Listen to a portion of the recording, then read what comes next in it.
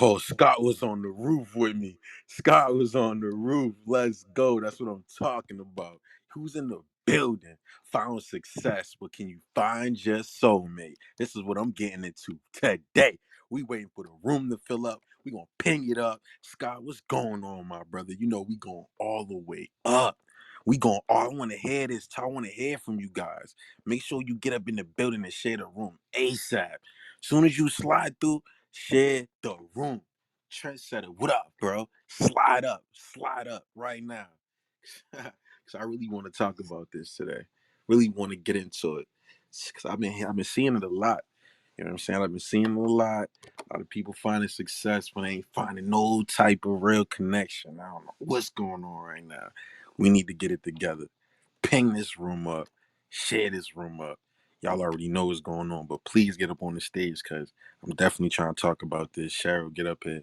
Lucretia, get up here. Patrice, get up here. Starkeisha, get up here. Let's go. Y'all know what's going on. I need y'all up here. We're going to be talking about this today. For real. Starkeisha, how you feeling about this? How you feeling about this topic right now? Talk to me. What's up? How you feeling? Say, I'm trying to figure out what's going on too, cause why when we get to this level it becomes so difficult. Because Ooh. you don't know what they Ooh. in it for. Is it because of me or is it because of what I'm bringing to the table? Star Keisha. So talk about that a little bit. Can you talk about that a little bit? Why you think it's like that when you get to the different level? Because once you get to a certain level, people start looking at what you get, the attraction you bring, and now I was Oh, getting a they call. blowing you up But they right now. start They blowing you up right now. but yeah, they look at what you can bring to the table instead of trying to build a table with you. They were like, well, your table already ready, so let me hop in and grab me a plate when it don't work like that. And it's like they just have the misconception that just because you coming in when I'm at this status, you automatically a piece of it. Like, no, because I built to get here. What can you offer me in order to stay at my table?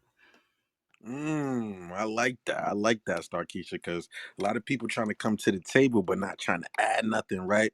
They just coming to see what they can get. And that's not really a good trait. You know what I'm saying? So let's get it Exactly. started.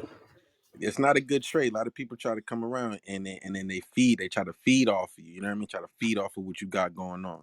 It's not good. So Try, how you feeling about this, Try? Let's heat it up. How you feeling about this conversation? I'm about to ping it up, share it up.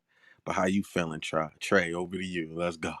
Oh, I love it. I love it. Okay, I may or may not have found one or two of my soulmates, but in the end, the I think things are for a season or a reason. Sometimes not necessary a lifetime, but finding success, it's always the possibility stack. Always the possibility as long as you believe somewhere in your being that it's for you, that life is happening for you, not just to you, that we're here there. You know what I mean? Because if you don't believe that success is in your path or for you, then trust me, you ain't seeing it, and it's not gonna come knocking.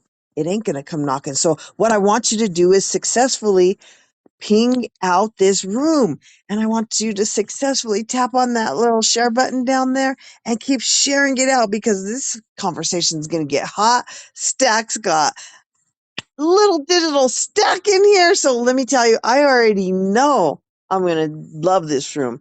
All right, Stack, what are we doing? What are we doing next? Man, I want to get into the conversation. Have you found success? Did you find your soulmate? I want to get in right into the questions. I already know Scott's ready. Let me see if my brother Scott, you here, my brother? You ready, bro? You ready to chime into this subject? If not, I want to lay some points down. I don't know if Scott's on the roof. Irene, are you here right now with me? Irene, how you feeling about Yes, this topic? I Please warm me up. Warm me up. What's good? am. I love it. Found success, but can you find your soulmate? What a great topic. I am such a big, huge believer in vision boards and I'm not a youngin' anymore, so I'm very, very particular Come on, about Irene. Tell him, Irene. Give him that OG. That's why I said I got Irene come. She's about to give y'all that OG advice. She's already been here. Let's go, Irene. That's right. Already been through a divorce, have two beautiful, wonderful children that I'm so amazing and proud of. But the thing is, like, I do not regret any of my relationships and at all. Every single person who has touched your life has either taught you something, you've learned something. I will never, ever regret those beautiful, wonderful children. Yeah, it would have been great if I would have met my soulmate when I was a kid, and I, had my family and stay with that person forever. But then I wouldn't have experienced that first kiss, that first passionate, you know oh my god, those like amazing, first everything with a partner. But God just hasn't put my soulmate in my path yet, but I know that he's out there. But the older I get, the more particular I get. I know exactly what I want. And today, I was just thinking, I was like, you know what, my man has to know how to dance. Like, he's got to know how to dance, because I love getting on a dance floor. I love taking dance lessons. I love learning new things.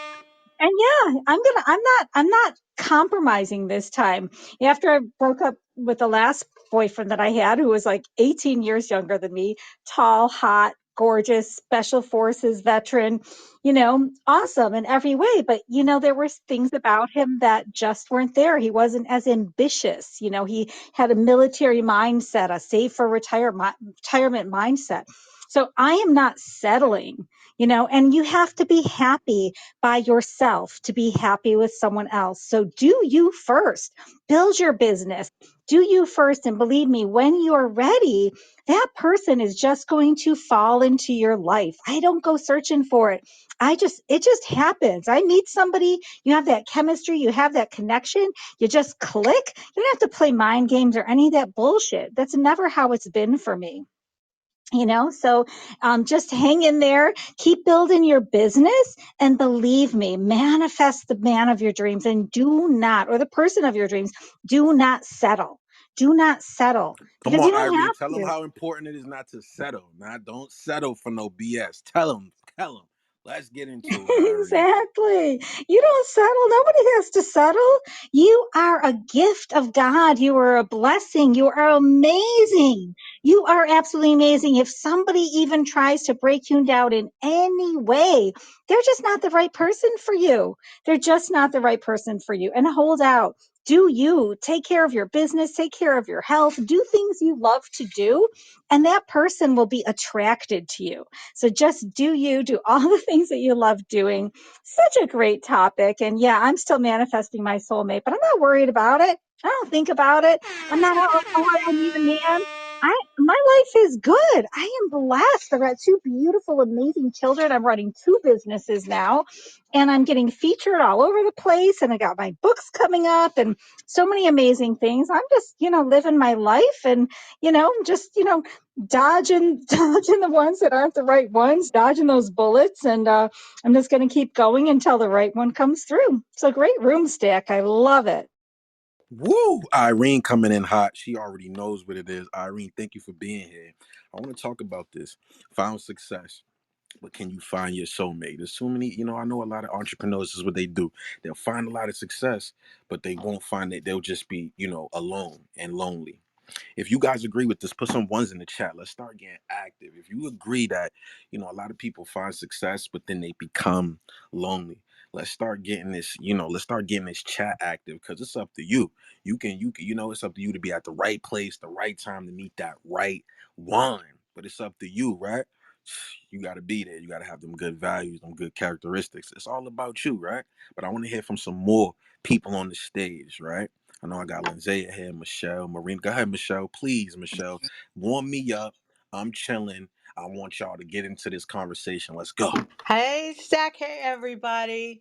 So I used to think that I couldn't have both at the same time. I That's I interesting. I used to think that because if I was really in a great love relationship, then the success wasn't there, the money wasn't there, the business wasn't there. And then when I decided to go into business and I started making more money, then I started suspecting suspecting all of the people that were trying to be in my space. And that was all, some of it was part of it in my mind. And I actually was dating someone before I really, really delved deep into my business. And I said, look, bruh, I mean, I didn't say it like that, but we I'm gonna have to focus in on my business, and I didn't at the time, I didn't have time to entertain just the I hate to say it, but it was trivial. The things that were important were trivial, and they were not aligned with what I wanted to do in my business. And so he had the opportunity to say, "Hey, Michelle, no worries. You can come over here and you can work your business from here, or we can hang out and we could talk about your business. I got you. I got your back." He didn't say any of that. So, pew, I was out. I literally was out Kick them because to the curb, Michelle. Yo, who I agree? If y'all agree Michelle did the right thing, put some damn ones in the chat. Kick them straight to the curb. How y'all feel about that? Michelle, kick them to the I straight did curb. kick him How to y'all the feel about curb. that? Put some dang ones in the chat. She made the right dang decision. Go ahead, Michelle Queen. Go ahead. Talk about what else you need to talk about. Let's get into it. I did kick him to the curb. He was a really nice person, but we were on a different mindset and we weren't aligned. I was hoping he would align with me, but it wasn't. So I just had to let him go. And then I was like, okay, Michelle, then you have to be okay with being alone. And I was like, I'm okay with being alone because I am focused on my business. I have my family that loves me. But guess what? I didn't have to stay alone. Love did find its way or is finding its way to me. And it is all about my mindset. My mindset was one way, thinking that I couldn't have both, but now that I can have whatever I like, and that's it. I'm Michelle and I come on mic. Woo! Michelle came through with the energy, dropped some real knowledge on y'all. This is what it's about. We coming in here, found success, but can you find your soulmate? I'm getting into a conversation today. I need y'all to ping this room up, right? We in the XP Mentor, but I need y'all to still be a community. We talking about something good today. Found success, but can you find your soulmate? And if you did already come up on the stage, we want to hear about it. How? What happened? We want to talk about it because we gonna go dive in today. We want to cruise and have a good conversation. Lindsay, how you feeling about this? I see you put up the heart. Are you around right now, Lindsay, to talk? Or are you Yeah, I yeah? am. I'm Let's sitting go. here working on a presentation. Oh, I did find my soulmate, so I feel very blessed. Hey. I feel very blessed in that way, without question. And I do think that love is a great pillar in terms of allowing us to lean in a way that feels so supported and seen. So yeah, without question. I met my husband years ago at a bar. So it's not, I mean, I love our story and there's a beautiful story within it that is super romantic and of course uniquely ours.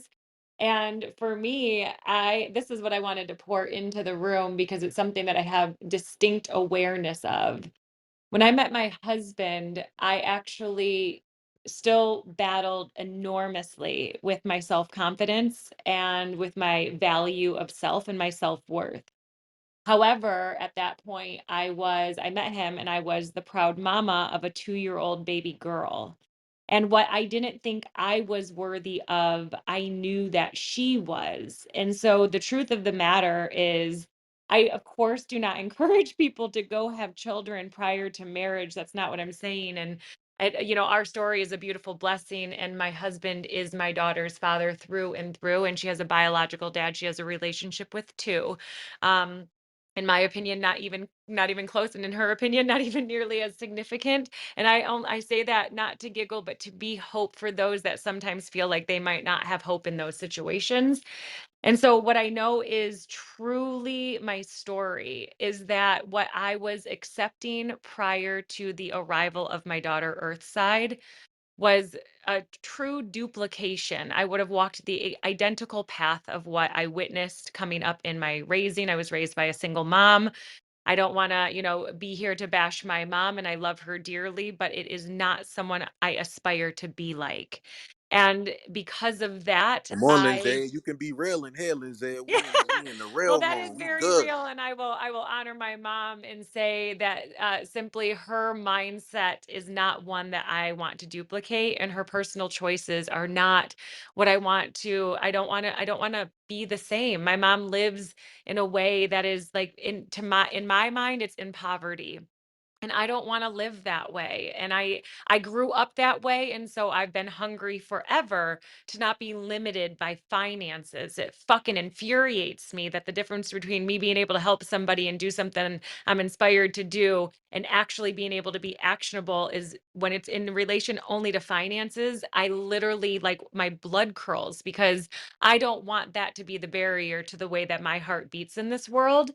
But my point to this story about identity and purpose is that I would have continued down, and I know this with absolute certainty, I would have continued attracting the exact same people, different bodies, different careers, all of the things, but I would have continued to attract the same type of people because I was the same.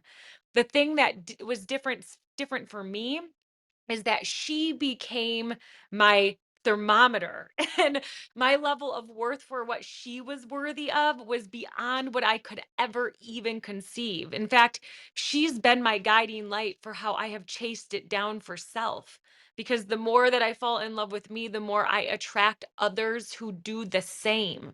People who see me, love me, hold me, protect me, have my back when I need it. And to me, a soulmate is far more than who you sleep with. I have a lot of soulmates in this world.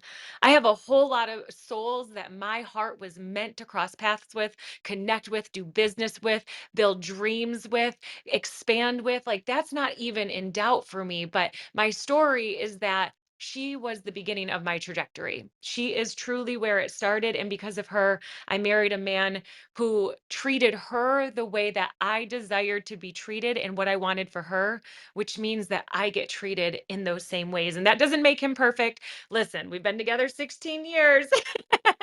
And I could choose to focus on things that aren't in my highest form of desire. But I will say through and through that when we love ourselves immensely and we believe we are worthy, that is where we will attract the soul mates that are meant for us, in my opinion. And so, yeah, I'm excited to be in this space. And thanks, Stack, for tossing me the mic. I'm going to be here totally supporting and and working on a presentation. So that's how I'll be spending the time in learning more about all those that are in the space and in this room and how they are finding love in their hearts. So thanks, Stack. Wow, Lindsay just filled the whole room up with love. Please ping the room up, share the room up, throw some hearts in the chat. Let's see who's active because we're going to be talking about this today. Found success. What can you find your soulmate? Let's get it. Let's get it. Let's go. I want to talk about this topic today. I want to dive deep. I want to have some conversation. How about you ping up the room, share up the room if you guys are on stage, right? Let's get into it. Who else is want to snatch the mic? And I'm going to see what's good with my bro Fireman, see if he want to come in and talk about, finding success in a soulmate. I'm gonna come up to the moderators, but who else wants to take it? I think it was a lady, Hey, right? Go ahead, Stat. Yolanda. It's on you. Let's go. Let's go. Take the mic, Yolanda. It's Hey, on you. Stat. The pack.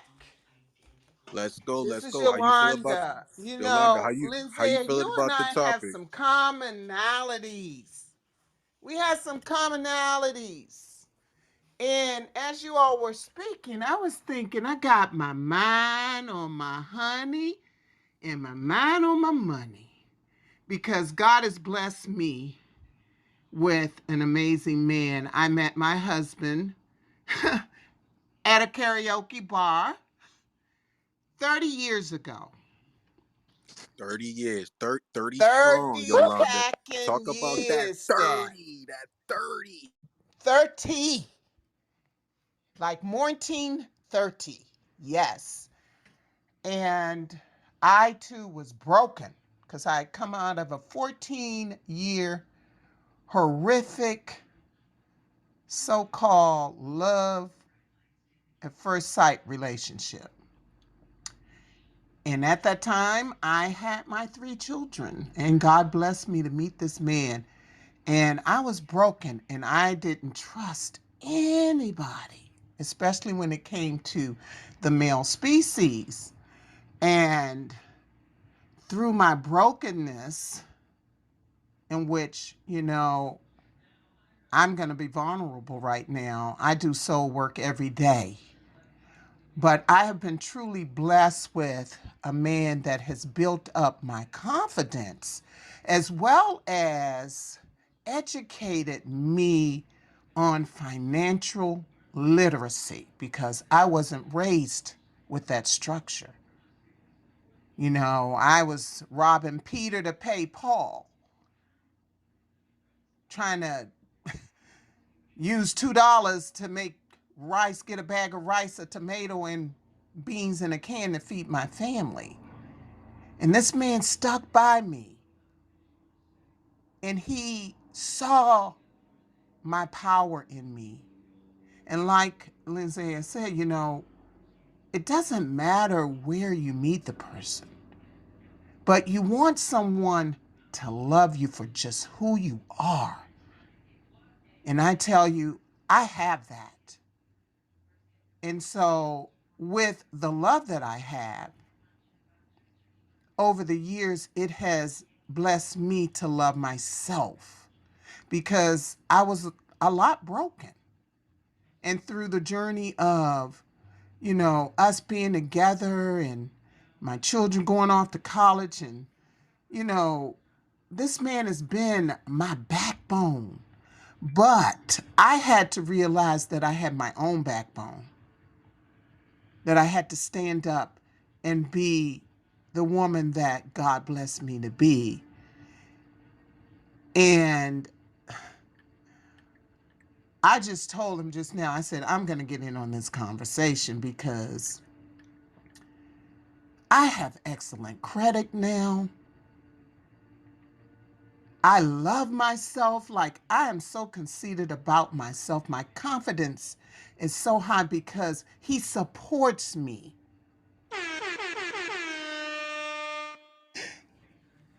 He supports my interests. He doesn't, he's big time over there at the base. He works for the admiral's office. We're totally different, but we meet in the middle. And he loves it that I'm an artist. And he loves it that I want to give back to the world. He loves it that I want to be a 10x speaker. I do. And he supports me. And he also keeps me on track with spending and overspending. And he's also brought to my attention how, and Stack, you and I had this little conversation, how I was making relationships. You know, we can think we can find love in all the wrong places too. And we're building up relationships, you know, and we're trusting people to help us bring up our business. And, you know, right now I'm at a no, hell no, because I have my husband by my side to look out for me. He's got my back 100%. So we do everything together. And when he had his heart attack in March, girlfriend was right there. It was tough, but I'm telling you, I'd do it all over again because God blessed me through him to get up out of the miry clay that I was in. Now, on the other hand, I have some family members that work, and don't have time for a relationship. And it's beautiful. And they dive into their work. And the reason why I believe this is happening is because they don't want to do the soul work. And so I'm just going to leave it right there. And I know I have extended my voice to you all, Nah, I but I wanted to just hear wanted to that. I share. want to hear that. Yeah, I want to I hear just that. If want, you guys feel like it's the soul work, put some damn ones in the chat. Yolanda done came up here and shared her heart. Let's take courage and put some damn ones in the chat for Yolanda. Let's get it lighted up. I want to hear from everyone. Found success, but can you find your soulmate? I appreciate you, Yolanda. This is what it's all about. Coming up here, sharing. pinging the room up, sharing the room up. If you guys are on the stage right now, keep sharing the room out. Keep getting up in the chat. Keep getting it active, right?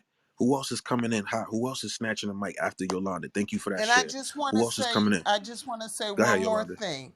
You know Let's why go. Let's go. I am letting go and emerging is because I joined XP Mentor. And I told Jackie, I said, I'm not going to no other room. I'm getting on back over here on track. I'm back here on track. I needed to take a little break, a little mindset break, a little me time. But I'm back on track. And Stack, please send me that email because I want to connect with you. I'm I sick and got you. tired. I'm sick and tired. I got Period. you, Yolanda. I got you. I'll send it to you. Please, please send me that. I'll send you everything that we need to do. We're going to connect. Thank you for coming through. Who's coming in after Yolanda? I want to hear about this topic. Found success, but can you find your soulmate? If you guys are on the stage, let's keep it active. You're Who's coming in next? Who's coming in next? hey Hey, Star. this this Hey, Star. fireman. I want to say Oh, something. fireman, let's go, my bro. Yeah, fireman, real quick, and then I'll pass it to the lady. Go ahead, fireman, real quick, brother. Let's go. Um, I think with um, I think I found my soulmate, and with finding my soulmate, I was able to find success. Um, Not only a a successful relationship, but financially. Um, I had left New York with on some American Dream vibes, going to LA with barely any money in my pocket. Somebody had offered to take offered to fly me. um Hold on one second. Okay. Offered to fly me out to LA, and you know what I'm saying, and I was supposed to be doing my music out there, and doing my thing. um I basically um I basically man, it was crazy. I was So my boy was basically like, yo, pull up, he in the music industry, what I'm saying, let's put some things together. And he basically kind of backed out on the promises that he made and the reason why I was coming out to LA in the first place. And he was on some, hey, you're gonna have to find your way back to New York, which that was supposed to be covered as well. So I kind of got left stranded in LA on some crazy shit. Never seen that coming ever in my life. Yeah, that's wild, man. So basically, through me and how I'm so good with networking, um, I basically um I basically was able to tap in with some DJs in LA, and I was able to couch surf and meet some dope people. In the midst of that, I was scrolling down, walking down the streets of Melrose, and one of my peoples had their female friend with him.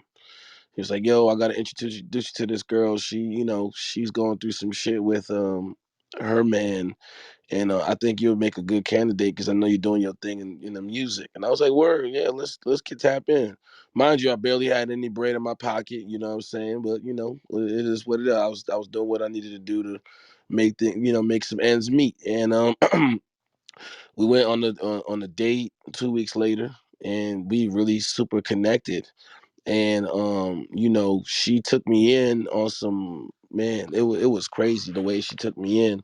But I had a really good mindset, you know what I'm saying, and I was motivated to make things happen. So we both came together with it and started building. And that really helps with a successful relationship. Building is really, really important, creating that foundation.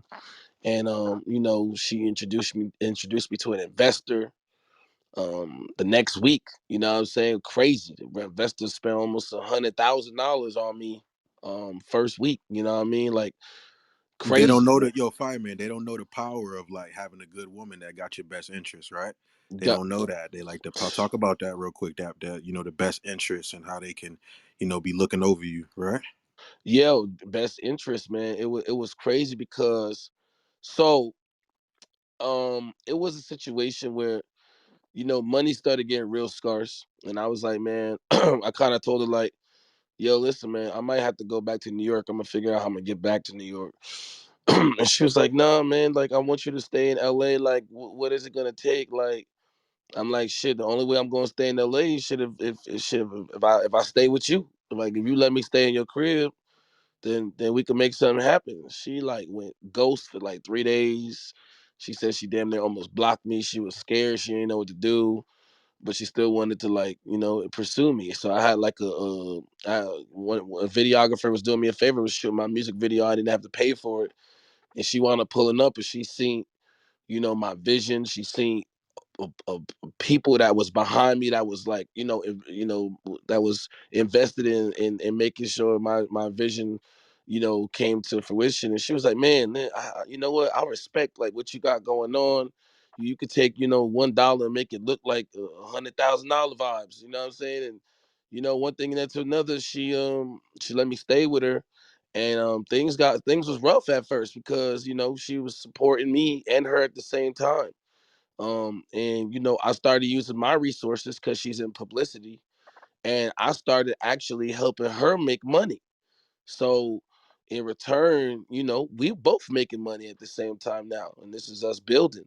And it became amazing because we made like maybe over, and this is not even with the investor. We made like over $150,000 that same year she took me in. You feel me? And that was just because So it she was like an started. investment. If you Yeah, guys she. feeling like, hold on, fireman, man, if y'all feel like having a support system is important, throw some ones in the chat, because that's what just made me come to my mind, fireman. I'm gonna let you go, but put some Yeah, ones in the chat if y'all feel like having a support system, having someone that believes in you, sees your talent, sees your thing. Because Amanda, I got Amanda right here. She gonna talk about, they see that talent, fireman. They see what's hello. going on. They know what's going on. Get some ones in the chat and let fireman get this out. Go ahead, brother. Go ahead. Yeah, bro. So you know, I used my resources. She used her resources. Made over $150,000. Things started really working out for the better. And long story short, she actually wound up helping me secure my deal the last time for like 500,000. And is with building with each other, and trust is really important because there's certain things that she didn't have to do. But I'm a good nigga. I'm a good man. I'm loyal. You know what I'm saying? And I showed her the same love in return. You know what I'm saying? So just remember, y'all, building is really important. And you can find success with building with your significant other. You just never know the type of things that you can accomplish with putting things together. Like, yo, what we doing? Like, we want to let's do an LLC. Like, what kind of business we trying to do together? You know what I'm saying? Like, me and my and she's now my fiance. Fast forward now, you know what I'm saying? And we plan on getting married this year in a castle in Jamaica. Like, that's the type of vibes we on. You feel Yeah, me? that's So fire. Yeah, that's fire. you know what I mean? But we like got a cleaning business together. We working on doing a trucking business. We got an app that we both own together on the Apple Store. We got merch that we working on. She's partnered with my label, which got us the 500,000 last year, and we working on getting a million investment this year. That's the type of vibes, and that's with building together. And that she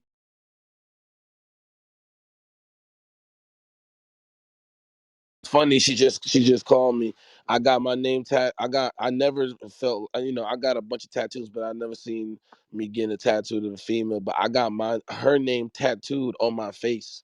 She got my name tattooed on her face. So it's just, I know it's a crazy ass story, but this shit look fire. I ain't gonna lie. That's real It, love, bro. it's nothing crazy. But yeah, and long story short, y'all, yeah, you can find success with your soulmate, building together, and definitely having trust. And then you might have more money than your partner, but yo, if you really love that person and believe in that vision, you can make that thing happen, and your partners might be able to take the money you know what I'm saying, invest, and make you triple, quadruple, and y'all gonna be living life together. And that's my share. That's your boy Fireman. Thank you, Stacks, for letting me share. You know what I'm saying? I don't really tell that story too often. So, you know, y'all definitely, you know, one of the few that got to hear the whole full version of the little upbringing of Fireman and his rise That's to, fire. you know, success. You feel me? But shout outs to everybody in the room. I'm gonna definitely tap in and follow some people in here. And I'm happy to be here, man, for sure. We outside. Let's go, Fire Man. Appreciate you. Make sure you guys follow Fire Man. Follow him on Instagram. Definitely in the My industry. Instagram is down Definitely right now. It got hacked, but follow me on it's Twitter. yeah, follow him on Twitter, and then y'all gonna get your Instagram. Yo, Fire Man, hit me, man. I'll get you. You know what I mean? We'll do another one, bro. We'll do something else. Ooh, We'll talk talk to me, offline. Stacks. Text me, Yeah, baby. yeah. We'll talk. Send me your number. We'll talk offline and see how we can get another one jumping, bro. I got Okay, you. for All right. sure. But yo, I appreciate you. Appreciate Fire Man. Put some fire emojis in the chat, man. Fire Man that came in Stacks room, man. Laid it down with the fire. Please, please, please. Let's go. And this is what I want to get into. We getting into it. I want to hear the stories. This is what it's all about. The stories, right? Because one of the biggest deals that I closed, a man that actually brought me there. It's one of the biggest deals, to one of the biggest things I bought. Y'all don't even know this story. Amanda brought me there to the deal.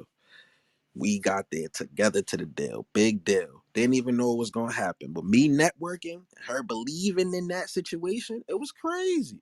You never know what, cause she'll see the potential before you. Like, nah, you know what I'm saying? If you got a good female, they gonna see that position. If you agree, put some hearts in the chat. If you got a good person by your side, don't you think they gonna see the potential?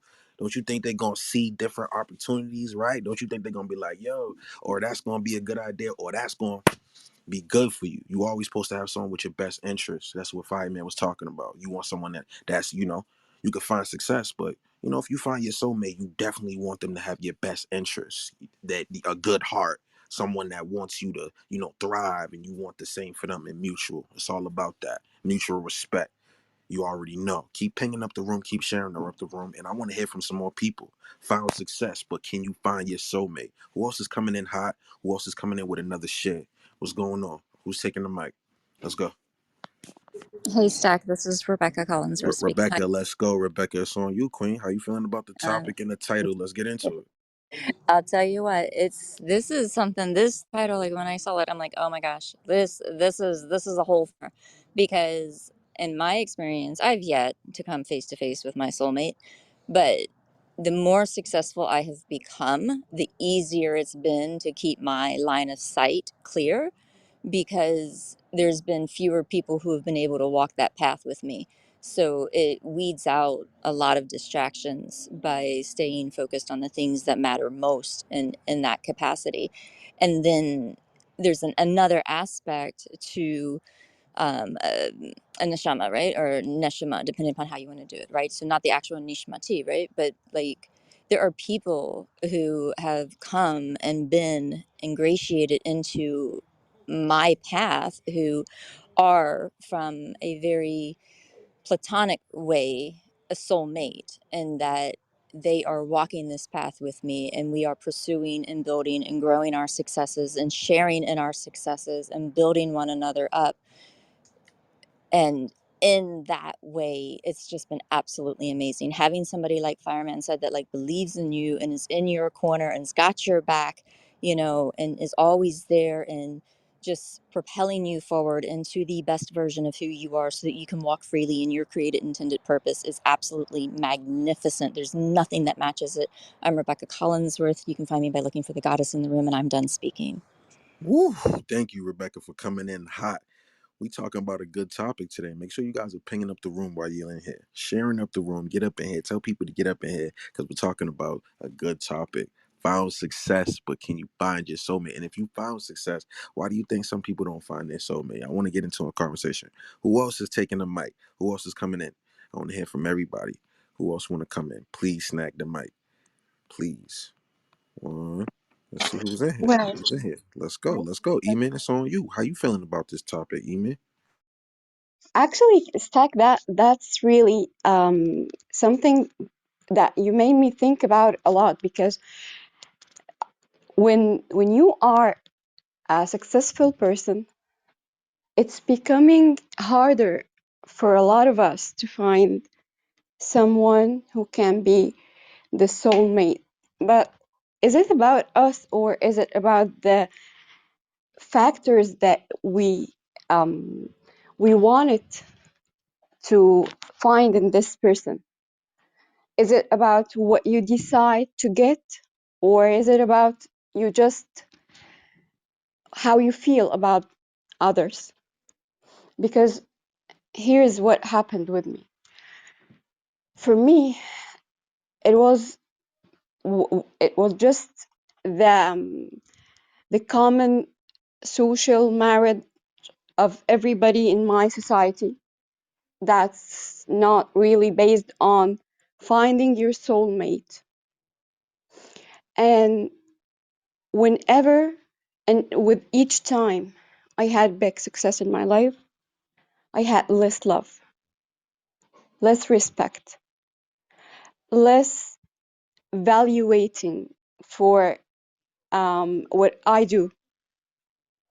My dreams means nothing. My vision usually not accepted unless this is something not really um, will cost them anything.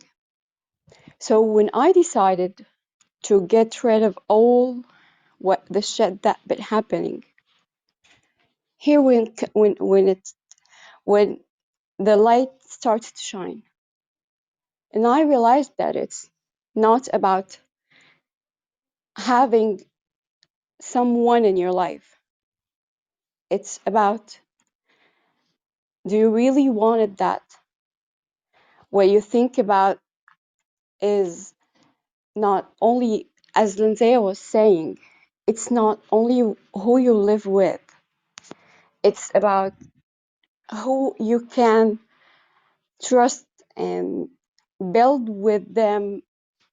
Like, you choose to go on with your life, to share your dreams, to share your fears, and because it's not only shiny, it's not always shiny, it's sometimes rainy and dust, and you need someone that that is having that capacity, because it's capacity, by the way.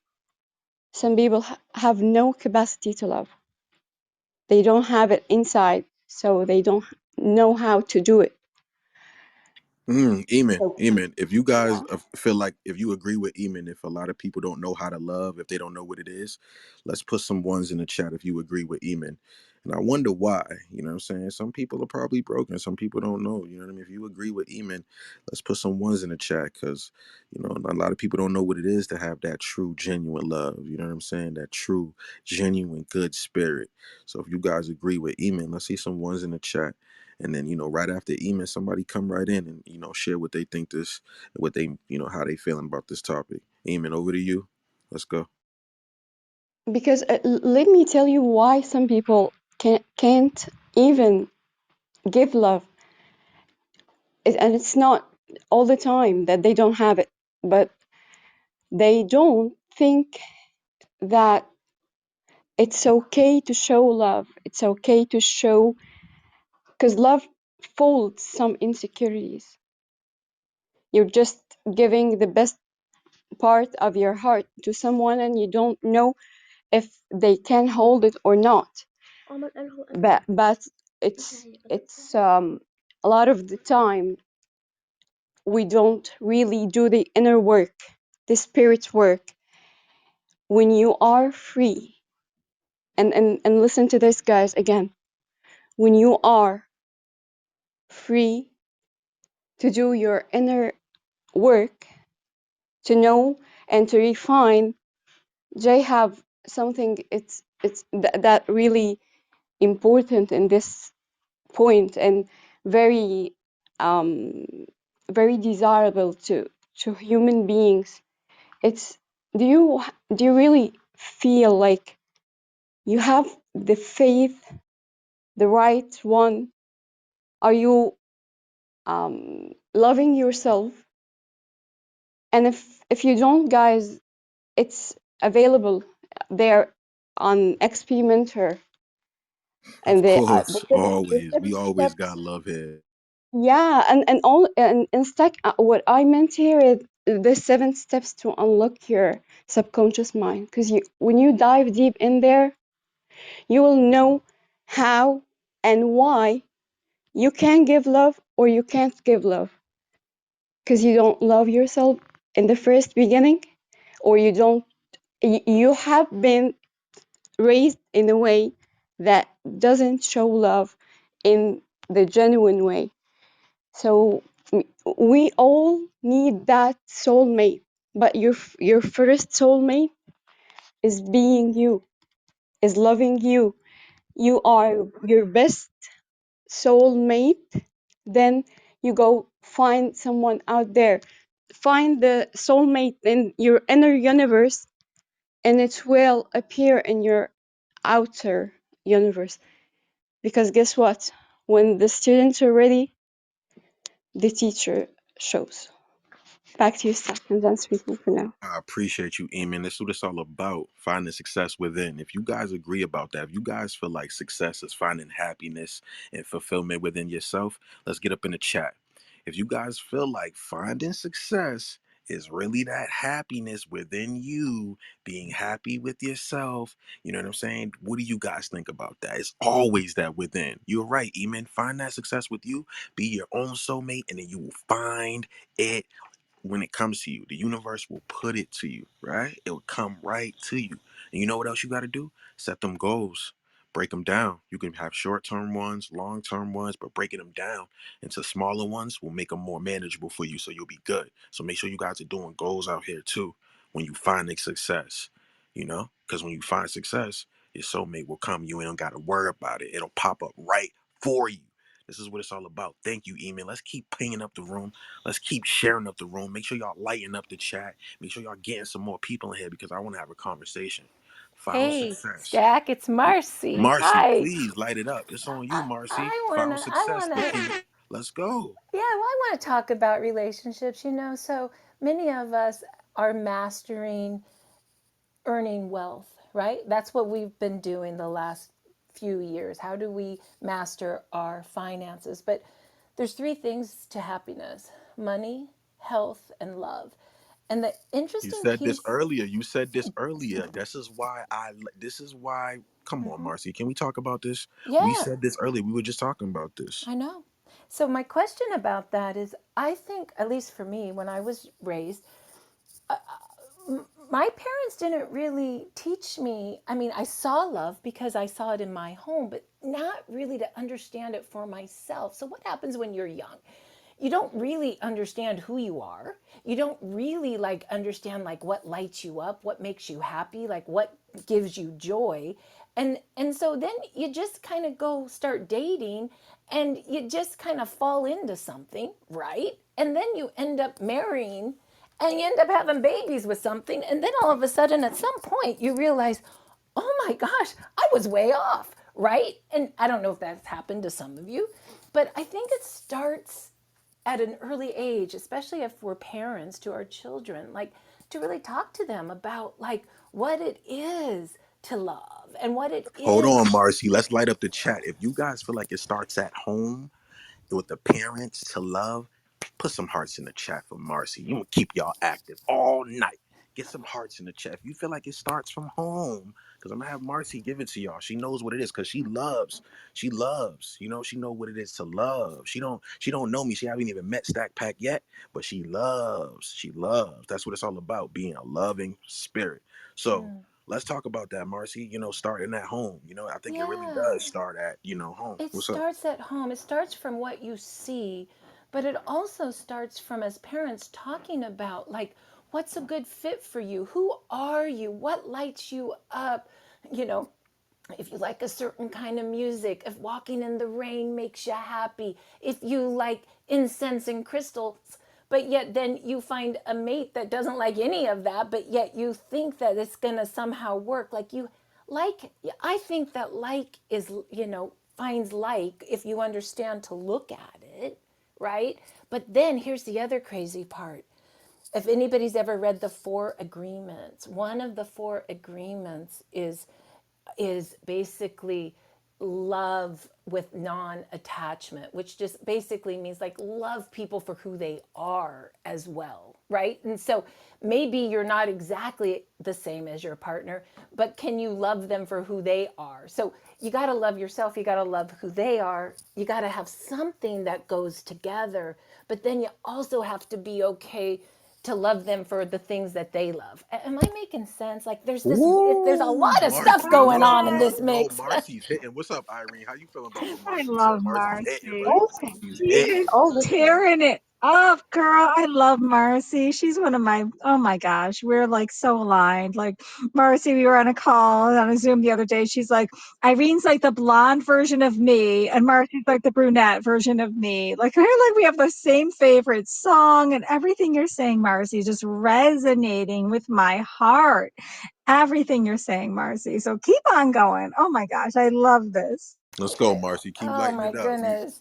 Yeah, so I guess what I'm trying to say is like I want a partner, or our partner should be like we have a lot of alignment, right? And how do you know what is aligned?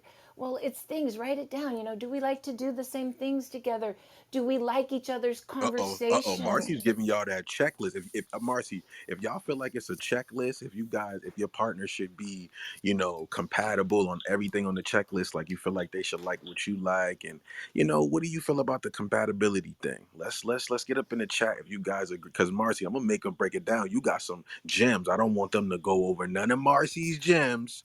This is how we going today.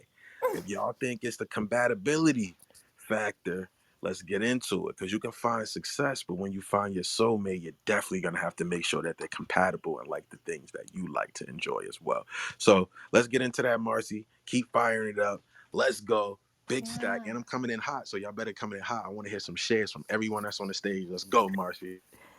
Okay, so a little bit more. So, yeah. So, do you have the same likes? Are you compatible? Like, do you like the same conversation? Like, do you enjoy talking to each other? I mean, let's be honest, is the touch good, right? There's a lot of parts to all of this, right? Is the touch good? Is the conversation good? Do you have the same likes? Do you love each other enough that all of that's good and you bounce together, but then you can be independent and bounce by yourself too and be okay with that? There's a lot of stuff in relationships. And I think that's why they go wrong so much because it's kind of complicated stuff. Woo! I appreciate you, Marcy. Yes, it can be kind of complicated, but if you guys have your best interests and you guys are always there, I feel like you guys can get over anything. You guys got to definitely tap in with Marcy. Make sure you guys follow her. Found success, but can you find your soulmate? We about to get into it, right? Hey, We about Tag. to really. Who's coming in hot? I'm gonna Who's jump coming in. in? So, Who's sis cut? Yeah, I want manifest. Miss Manifest. Let's burn Yeah. it up.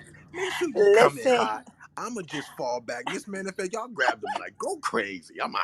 Yeah, I'm about to go crazy because I love this topic. I feel like, success is very important, and also, manifesting that spouse, right? So I've done it like 3 times, like 3 times. I'm nasty with this.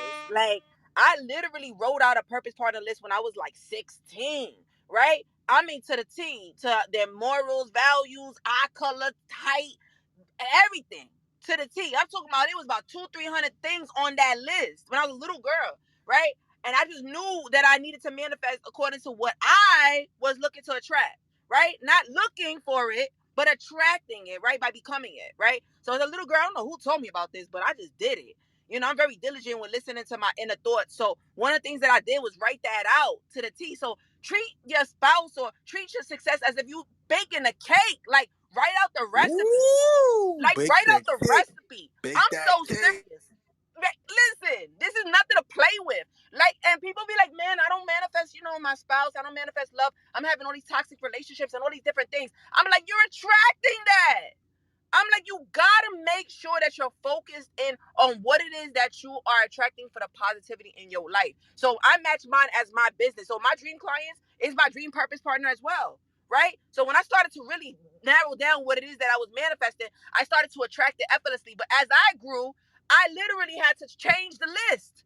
Right? So it always grew. So right now I'm at this point in my life where I really I sat down, I wrote down exactly what it is, I became it. I'm talking about wholeheartedly. Like I looked in the mirror and said, how can I manifest somebody that's exactly like me? With my personality, with my hunger, ready Come to on, turn up come the on, come you on. listen, That passion, that I was about to get passion, into. right? Listen, Miss Manifest. I don't want to cut you off, but how many people feel like it's important to have that passion? Like both of you guys, if you have a partner, they're supposed to have the same passion for you. Can you please get some hearts in the chat? I think we both need to be at a level of passion, both level of the same mindset. What are you guys feeling? Do you guys feel the same way? Let's blow it up. Get up in the chat. Y'all know what's going on. Let's Yes. go. Let's go. Let's go. Man, Miss Manifest, let's go. Keep burning it up. You know what time it is. Man, like if you really would like to get intentional, this is what I did. I wrote out the eye color, I wrote out the hair, what type of business things they're into, yoga, health. Are they healthy? Like mentally, physically, spirituality, like everything. To the T. Right now, my list is about 400 deep, right? I don't play around with that stuff because I don't chase it either. Because I don't chase, I attract. What belongs to me will simply find me, period. Right? And I set that list out and I leave it alone. And every single time people come my way, I'll be like, you ain't on a checklist. Get out of here. Like, I'm able to tell you, like, get out of here. Like, this is not a lot. I talk to Sax about this all the time. Like, I'm like, you got to become something that's irresistible, right, in life. Meaning that you got to work on yourself, and that's when you start to attract a correct, ideal person for you. You have to match the frequency. This is not just about business. Like, this is somebody that you're going to live the rest of your life with, right? And no lie, like, I've been tapping in. So, recently I just got put into a beautiful magazine. Thank you, Stacks, right? And Stack, no, like, listen, I had people coming out the woodworks. I'm talking about all exes coming out the woodworks because they seeing me grow. I went past them, right? But I didn't get confused. I didn't get sidetracked. I paid attention to my list, right? Because I know I'm irresistible when it comes to business. I know I'm irresistible when it comes to my passionate love. Like everything that I give is literally like that frequency of positivity and love, right? Because that's the highest frequency. You guys know that, right? Love is the highest frequency. So when you're giving your love, right, you got to give it to yourself first. That's how you attract it.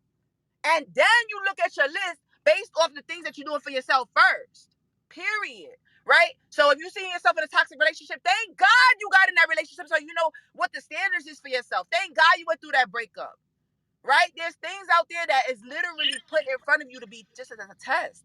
It's a test. Period. Woo! Woo! I'm not trying to go crazy, but listen, I've seen it happen right now. Like people are, and I'm, I look at this list all the time, and I see people all the time try to say, "I manifested you, Miss Manifest." No, you didn't. You're not on my list. So stand firm on your list. Make sure you are aligning yourself with that frequency. Meditate on that and physically feel it. Know what it is that you got to do for yourself.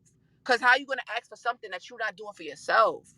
Right? I've seen people do that all the time. They wonder why they stagnant in their relationships. I've lasted so long in relationships. I left every single relationship. And I went from 6 years to 7 years to 8 years. I have no problem letting go if it's not in alignment. Period. Right? I don't hold on to things that's garbage. If it's a garbage frequency, it's gone. Like it lasted, it lasted. And I keep focused on what it is that's for me. And the more I get better, the more I get better with myself, like I literally see people just falling into my lap and I get to choose. Make sure you choosing what the recipe is, the correct recipe for your success and your love. That's all I'm gonna say. I'm gonna land my plane and float my boat. Thank Let's you. go. Let's go. Let's go. Let's go. This is all about it, right? Found success, but can you find your soulmate? Make sure you guys are pinging up the room, sharing up the room. Because I want to hear this topic from everyone. Found success, but can you find your soulmate? Thanks, Miss Manifest, for pulling up. Let's keep it rocking. Let's ping some more people in here. Let's share some people because I want to hear you guys what you think about this topic. And if you guys hear anything that you want to chime in on, make sure you guys dive in because I'm coming in hot. Who else is getting another share? Miss Manifest just burned it up. Who else is coming? Miss Fit Bread. What we doing? What we doing, Man, sis? listen. First of all, can we can I see some fire emojis in this chat for Marcy and Miss Manifest? Like, I'm just tapping in. And those are the two ladies that I just heard crush this topic. Can we see some fire emojis coming through? Like, let's go. Woo! It first first of all, okay, let me get my words out because I'm gonna be honest, y'all. When I saw this title, I literally told Stack, I kid you not. Stack, you can let them know. I said, I'm not coming in here. I am not coming She in sure this did. She room. sure did. I said, who made this title? I told Stack, I said, who made this title? I said, this is so me right now. I said, I'm not ready to come in here yet. I still have some trauma, Stack. I ain't gonna lie. But real quick, let me just share. First of all, everything that Marcy and Miss Manifest just said totally resonated with me, and I hope that everybody in this room listen. That list is so important. What happened in our childhood is so important that we go back and we look into that. Just like Marcy said, if any of us had parents who were not emotionally there for us, whether it was our mom or our father, you name it, as we grow up and we become adults, we try to fill that void. And then we start being attracted to the very, person that reminds us of our father or mother, or, they act just like them. And it's like, how did we get here? How did that happen? So, just long story short, just to be transparent with you all, I was in a 10-year relationship. And just to be clear, I I know for a fact that everything that I went through in that relationship prepared me for my now, prepared me for my next level self.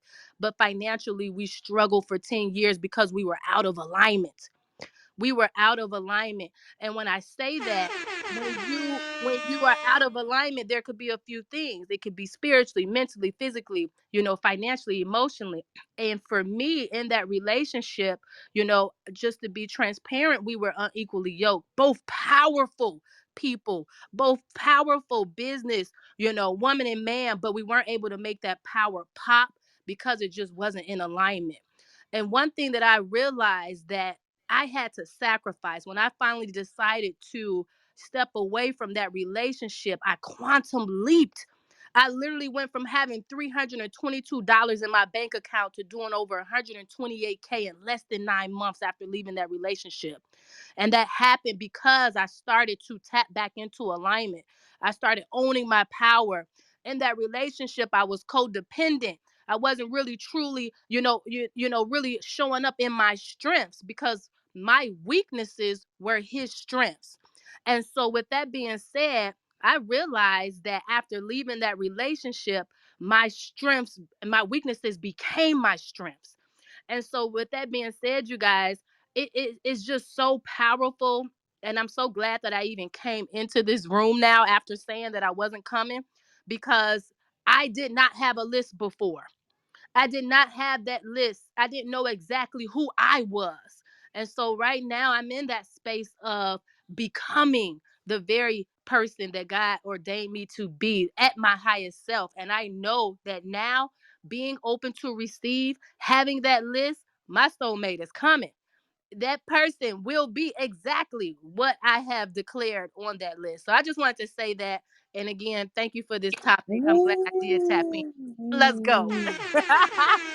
I appreciate you, sis, for pulling up, because I wanted you to pull up and come in and feel and share with your heart. Found success, but can you find your soulmate? Thank you. Make sure y'all follow Miss Fitbrit.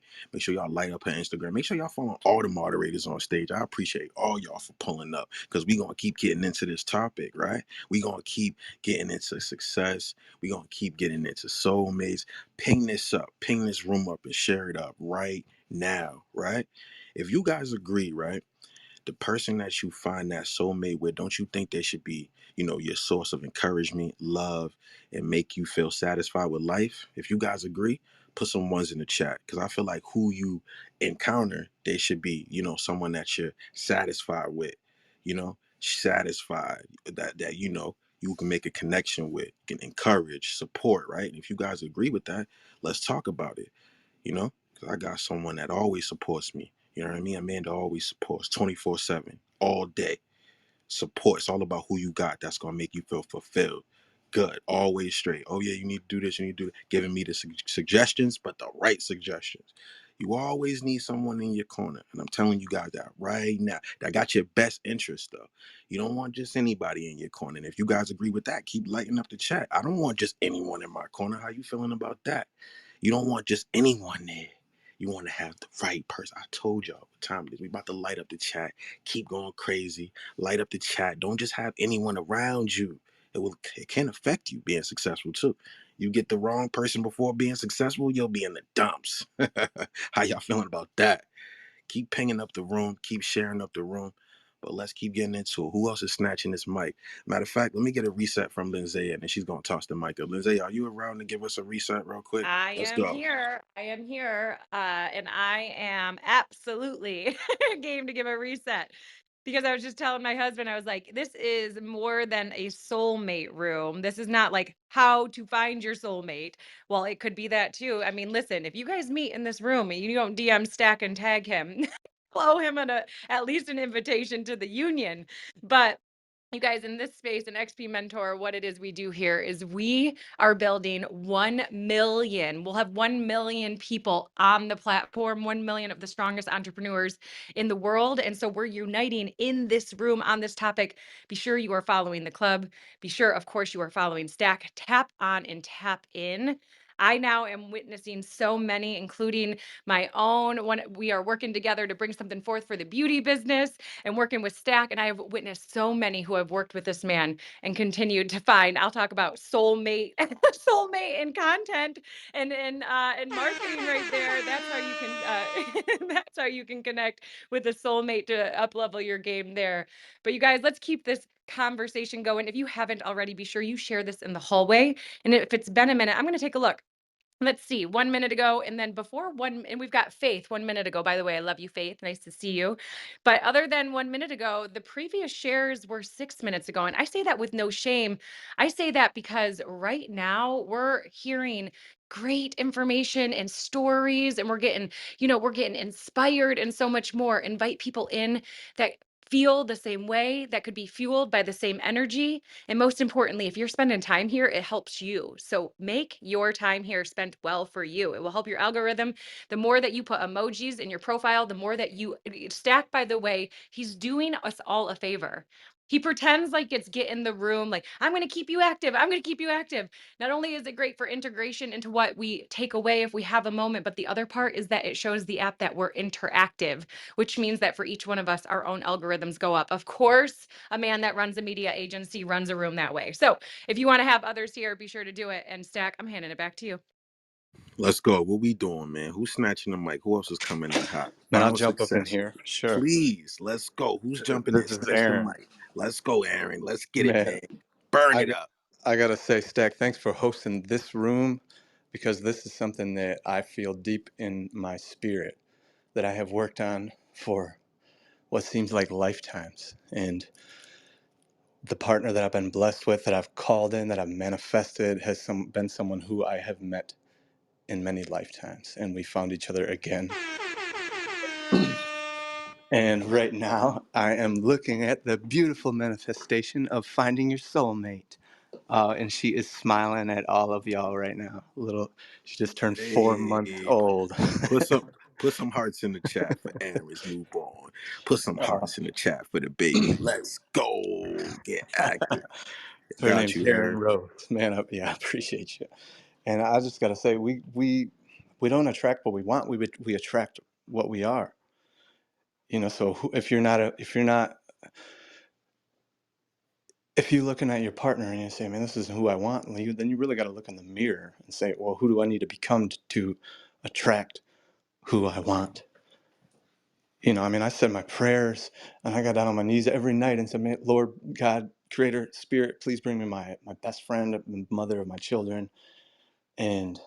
And then the next day, boom, someone who taught me how to find the love within myself that I needed so that I could really find the person came.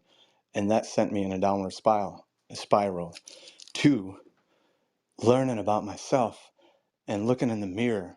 And once I was out of that relationship, I took the time to look in the mirror. I took the time to sit quietly within myself, within my mind, within my spirit, to find what I needed to find within me so that I could find that on the outside. And the self-love, I had to find self-love. I think just like most of us, we're looking on the exterior for happiness and for joy and for love, when It's all in here, just like everything else. And also, becoming friends. I knew the second that I saw my beautiful partner that, hey, there you are. I've been looking for you. But it wasn't in that moment that our relationship started. We became best friends for almost 4 years. We would go on trips together. We just met and we went on a trip to Florida together, and we had the best time. But it was as friends. Even though I'm like, oh man, this is her. This is what it's gonna be. But then, I had to really look within myself and find myself so that I could be ready. And she was doing the same thing. So finding what we need to find within ourselves and loving ourselves no matter who is around us or what we have. And there's also no attachment.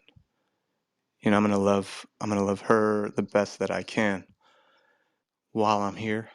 And I know, just, as I watched my mother pass not long ago, my dog passed not long ago, and I love them, but I have to have zero attachment and be able to keep moving on no matter who is around me. And so this topic has been something that I have been in the midst of for many moons. And I'm so grateful that y'all are hosting it, man. It's beautiful. So, man, I love the shares. Thank you for dropping wisdom and, and for jumping in. Make sure you follow all the moderators, all the speakers. Jump in and tap into XP Mentor. Man, this is also something I've called in. I called it in, and here it is. So anyone on the stage or off the stage, I mean, you guys are all amazing. And if you want to level up, jump in with these people. Tap into people who are doing things at the next level to get there, and you will. So I love y'all. Have a blessed evening. Woo! I appreciate you, Aaron, for coming in with that positive energy and laying it down, right? Keep pinging up the room, keep sharing up the room, because I want to hear from everyone. Found success, but can you find your soulmate? And Aaron clearly found his. Make sure y'all still up in the chat. But I want to talk about something. If you guys feel like you can find your soulmate through mutual friends or work or online, put some ones in the chat. What do you guys think about that? If you guys think you can find your soulmate through mutual friends, work, or online, what do you think? Put some in the chat. Let me see what y'all thinking about this. Cause I've been wondering. Let's get in there. Let's get up in here. Let's talk about it. Cause you can definitely find it by mutual friends, mutual at work. You never know. It could be in the same profession as you, right? They could be in the same field. If you guys agree, keep lighting it up. Let's talk about it. Let's get into it. Come on.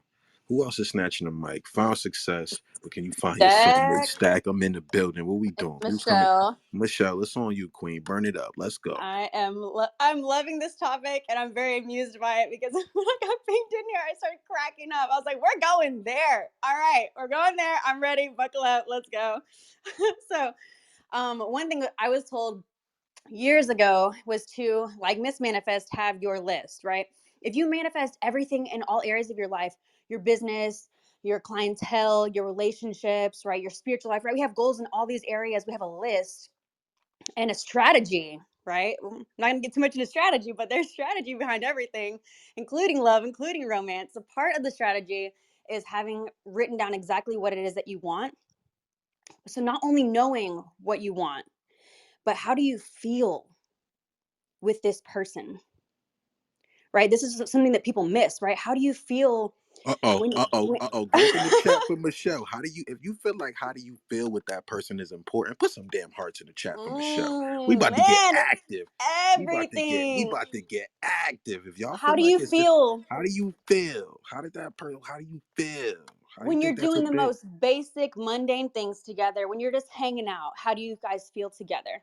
When you're in the bedroom, how do you feel together? Maybe if you're working together or you're doing some kind of personal development growth stuff together, how do you do life?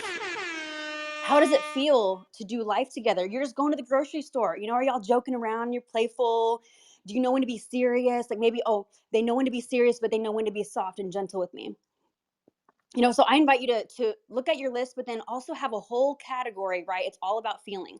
Remember, the quantum field, this amazing substance around us is activated by feeling. So what you're feeling is also what starts to really activate and draw in that actual person. So start to put the feeling behind that connection, that relationship, how they make you feel, how you make them feel, right? So this is also how do you show up in relationship. So it starts to also paint the picture for you, for yourself, and how you get to show up for them. You know, how are you in their life? How do you show up for them? How do you get to be the best person for them in their life? So I want to say that part. And then as you've written down all these things, right, all these different qualities.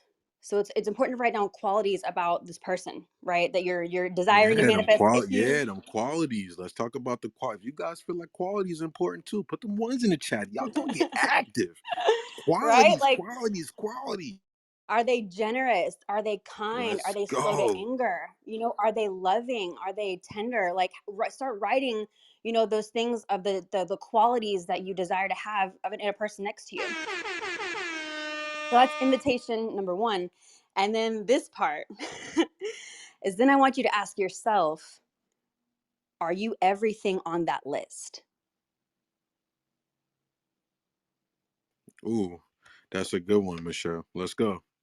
Because That's you're going to only important. That's it. attract. Wait, Michelle. We need to let them sit. Let that sit. Are you everything on All that right, all list? right, drop bombs. Okay, okay. Are y'all? She's dropping bombs right now. Are y'all? Are you everything on that list? Huh? Do you feel like that's important, people? Are you everything on that list? Go ahead, Michelle. Because, I mean, a lot of times we're asking for something, but we're such an opposite. You know, we're asking for someone who's kind and sweet, loving and gentle, and we're not. You know, sometimes we don't realize we show up stiff and cold and close hearted. But yet we're asking to be delivered this amazing, loving person, unconditionally loving. You know, we're asking for all of these things, yet we're none of them, or we're not a lot of them.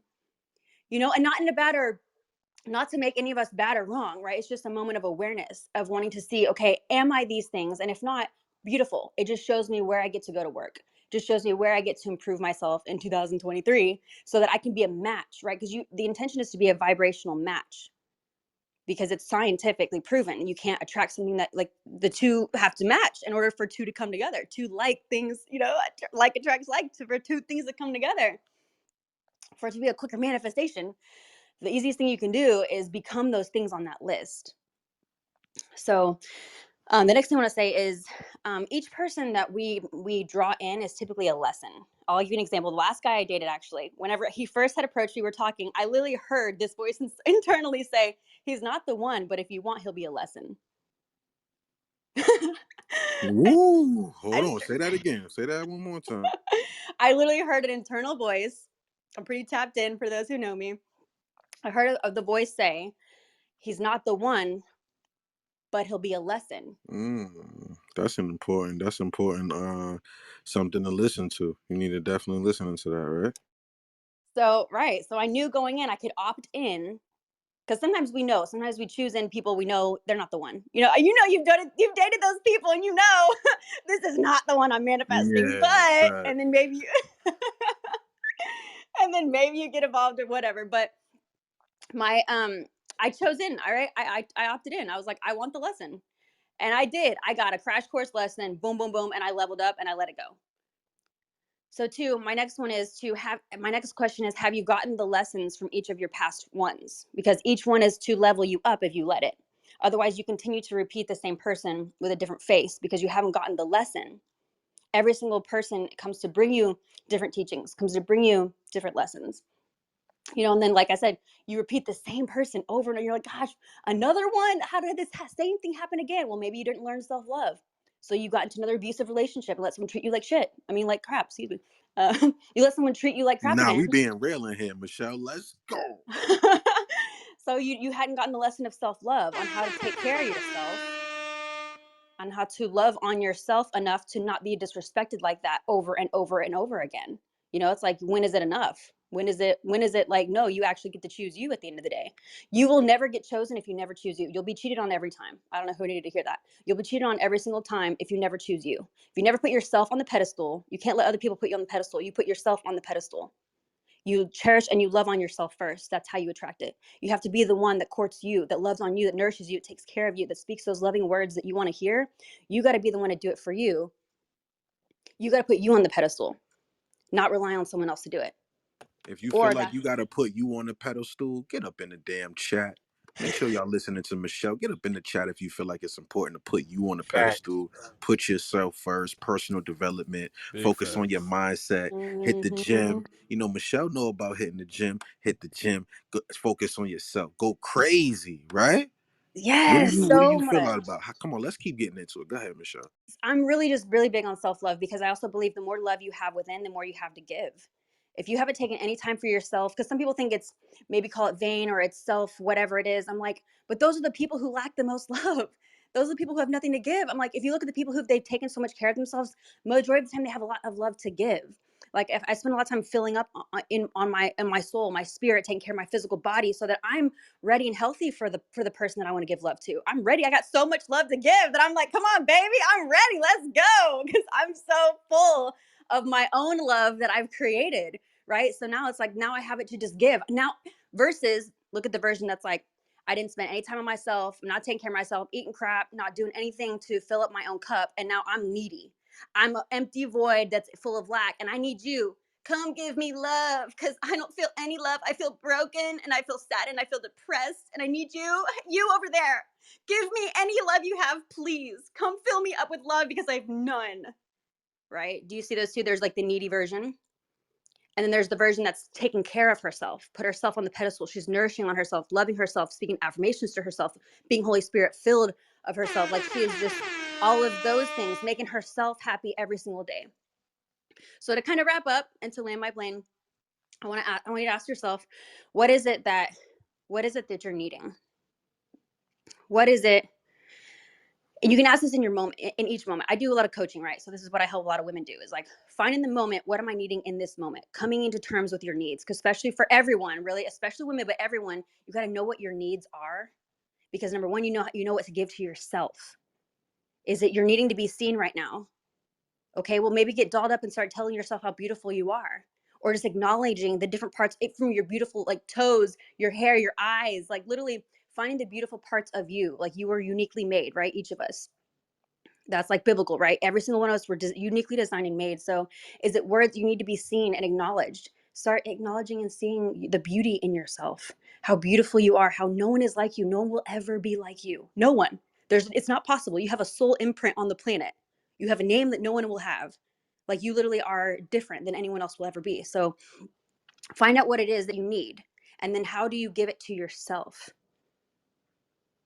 Because then this is what you're a complete whole person instead of a half a person looking for your other half. I don't believe in the whole, oh, I'm looking for my half. I'm like, great, so now you guys together can make a whole? Like what? Now you make a whole person with a half, like two halves now make a whole. What? I don't believe in that. I believe two whole people come together and create magic. So with that, I'll pass the mic. Magic. Come on, Michelle's in the Are we in building, the right? same chapter here? Facts. Let's go, Oh, man. Michelle, Let's this is go, Dr. Dr. Jody. Jody. Come in, I'm Dr. Jody, with that Jody. telling fire. you that absolutely, that was a Jody. master class on the social pillar of human existence.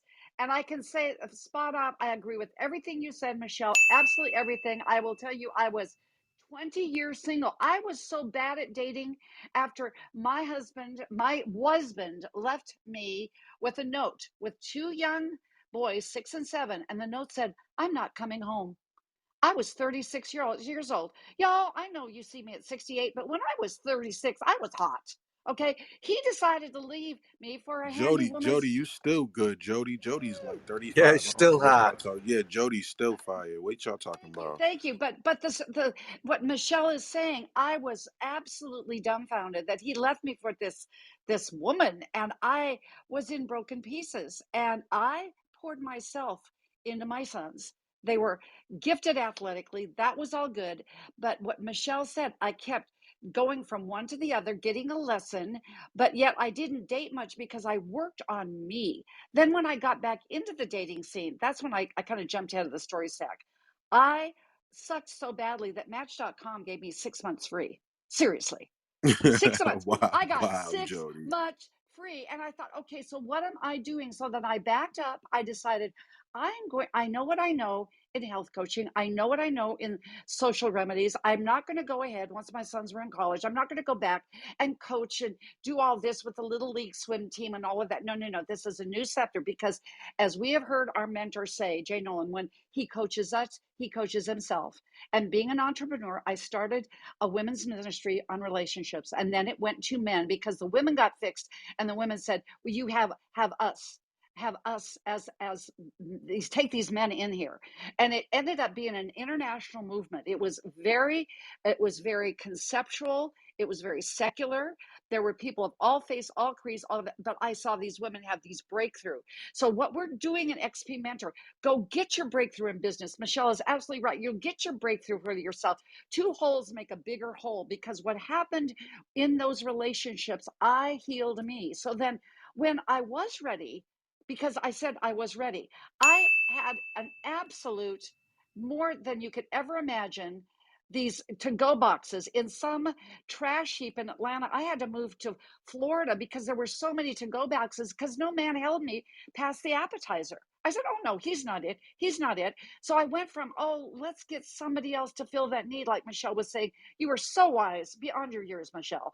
And then no wonder you're an intuitive coach. Then I went and then I started disqualifying them, and I became geographically just not available. I'm sitting here having a business in two different locations, and men in their 40s, 50s. Then I said, well, I'm here 3 weeks out of the year. What do you think? Or 3 weeks out of the month? What'd they say? No, no, no, no. It had to be a perfect fit.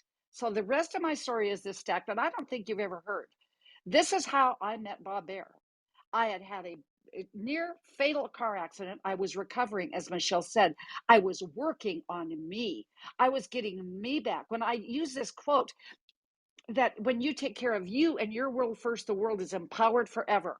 Sure, I desired a soulmate. Sure, I desired somebody in my life. But I just put a note in my Bible. I'm a faith believing woman. And this is what he said.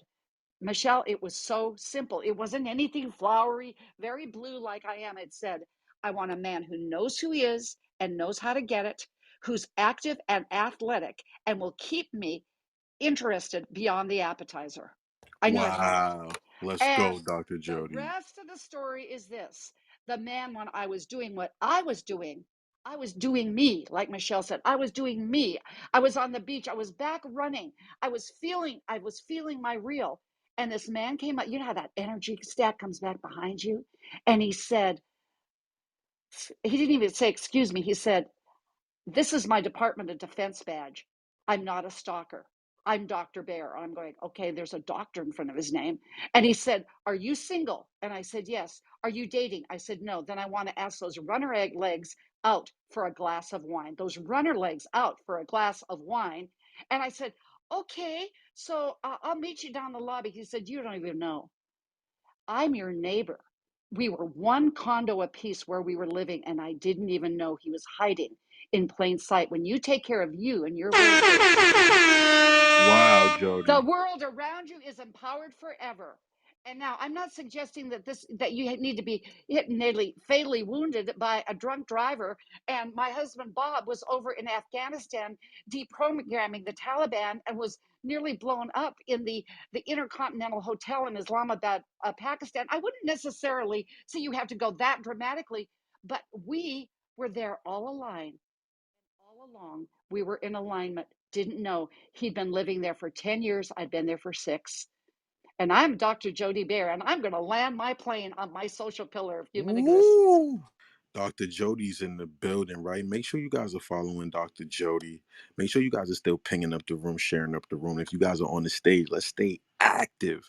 Found success, but can you find your soulmate? Let's get right into it. Let's get right back into it because I want to hear from everyone. I want you guys to keep sharing up the room, keep getting inside the chat. And if you guys agree with this, let me know.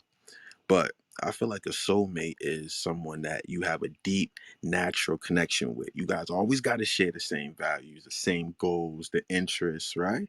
How many people agree with that? Let's put some ones in the chat and let's get back active. How you guys feeling about that deep, natural connection and those values and those goals and those interests, right? If someone shares the same interest with you, you will be successful with that person. You don't want to be toxic with a person. You want to be successful, right? Let's go. Let's get into it. That deep natural connection, that value, right? You always supposed to have someone that believes in what you believe. And that's how I feel like you should live life. You believe in what I believe. We're on the same page. You can't be on chapter 26 and I'm on chapter 30. We all got to be on the same chapter, right? Let's go. Let's get into it. Who else is snatching the mic? I want somebody else to come in hot, snatch the mic. Let's talk about it. Who else wants to talk about found success? But can you find your social? Let's go. Who else is here? Let's go.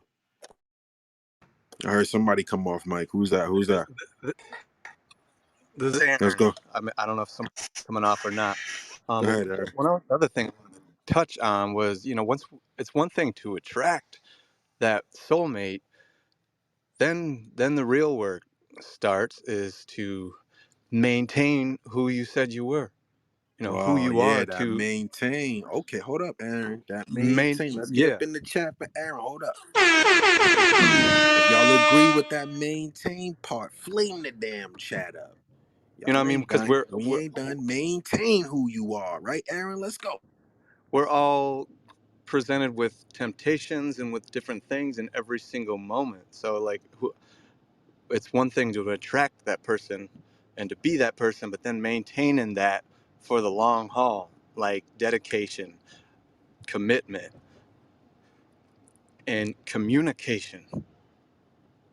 To communicate from your heart where you feel, what you feel, and where you're at in every moment, and not be scared of it, and maintaining that throughout the longevity of the relationship. I think that is also something that's got to be said in this conversation. So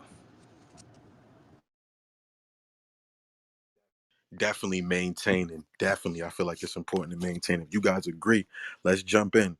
Let's feed into Aaron. What's going on? What we doing? If you guys feel like it's agree, you agree to maintain. Who's snatching the mic? Do you feel like you got to maintain yourself? Do you feel like you got to maintain who you are when you say you get into it?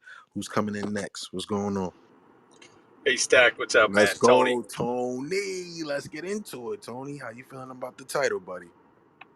I listen. I just jumped in, and it's good. I like it. It's interesting because there's a couple things. Number one, I would say that in relationships, so many people get into relationships because of proximity, right?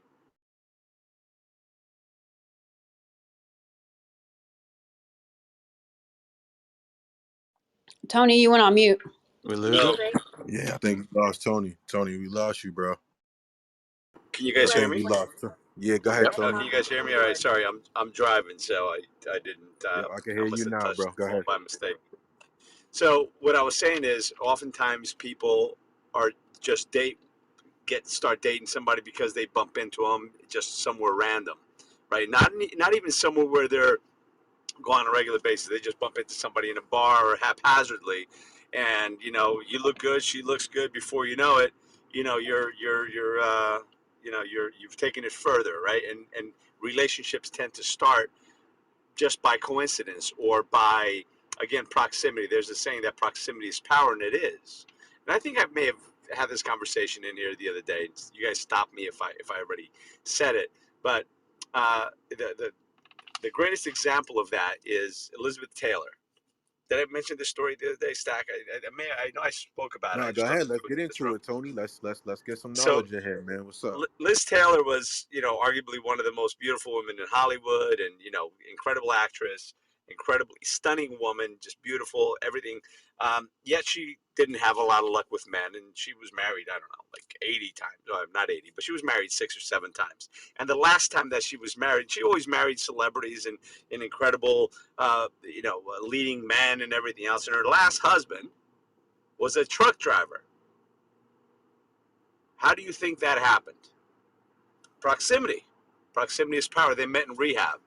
I mean, of course, that marriage lasted all but 6 months because they really didn't have anything in common, but it happened by proximity. And so often we don't do enough research on that person that we want to spend perhaps the rest of our life with, or a significant amount of time with, or whatever it is. We don't go deep enough to find out who this person is before they get really close. We spend more time in the interview process to hire someone to clean our house or to be an executive assistant than we do to the person that would perhaps be the person that's going to be with you for the rest of your life. Right? We don't do enough research. We don't do enough. The interview process is way too short. Right? So that's problem number one: is spend a little more time, get to know the person. So, because listen, anybody can be a gentleman Hold up, or Tony. or Tony, let's light up the chat. If you guys feel like it, you agree with Tony. If you feel like you need to get to know the person and that the interview process is too short, light the damn chat up. 'Cause I'm gonna have Tony go in. Light the damn chat up if you feel like the interview process is too short and you guys are not vetting out who you're dating. Get up in the damn chat because I'm gonna have Tony rip it up. Let's go, Tony. Get into it, man. Keep yeah, going. there's so many ways that we can go with this conversation, but most people don't spend enough time. And then everybody can be a gentleman or everybody can be a lady, quote unquote, on the first date or second date, because everybody can be on their best behavior. You need to before you make these serious commitments and bring people into your life in a crazy way, you need to meet some of their friends. You need to see how they and pay attention to how they deal with other people, how they deal with the doorman or the server or just a random person. How do they act and react to people? Because you get to know a lot how they treat people that can do nothing for them. So it's important to pay attention and listen to those cues. Matter of fact, I know that I had this conversation in here not long ago because I also gave some tips on body language. If I'm not, maybe it might not have been this room. It might not have been. So I gave some tips on body language, how to spot a liar, how to spot when they're making things up or when they're trying to remember something, what they're doing, if they're covering their mouth, what that means, if they're twitching or this or that. There's a lot of different things that you can use to read people's behavior and read their body language, which is a fascinating topic all on its own. But beyond that, getting to know the person before, and by the way, if somebody shows you who they are, freaking believe them, for God's sakes. Don't be like, oh, you know what? He's like this, but I'm going to change him. Or, she's like this, but I'm going to change her. You know, most people most people wind up getting into relationships thinking they're going to change the other person, and then the other person doesn't change and they're surprised. Oh, he's a bad boy. Was he a bad boy before? Yeah, but I thought no. You want a bad boy, be careful, you might just get him. You want a bad girl, be careful, you might just get her.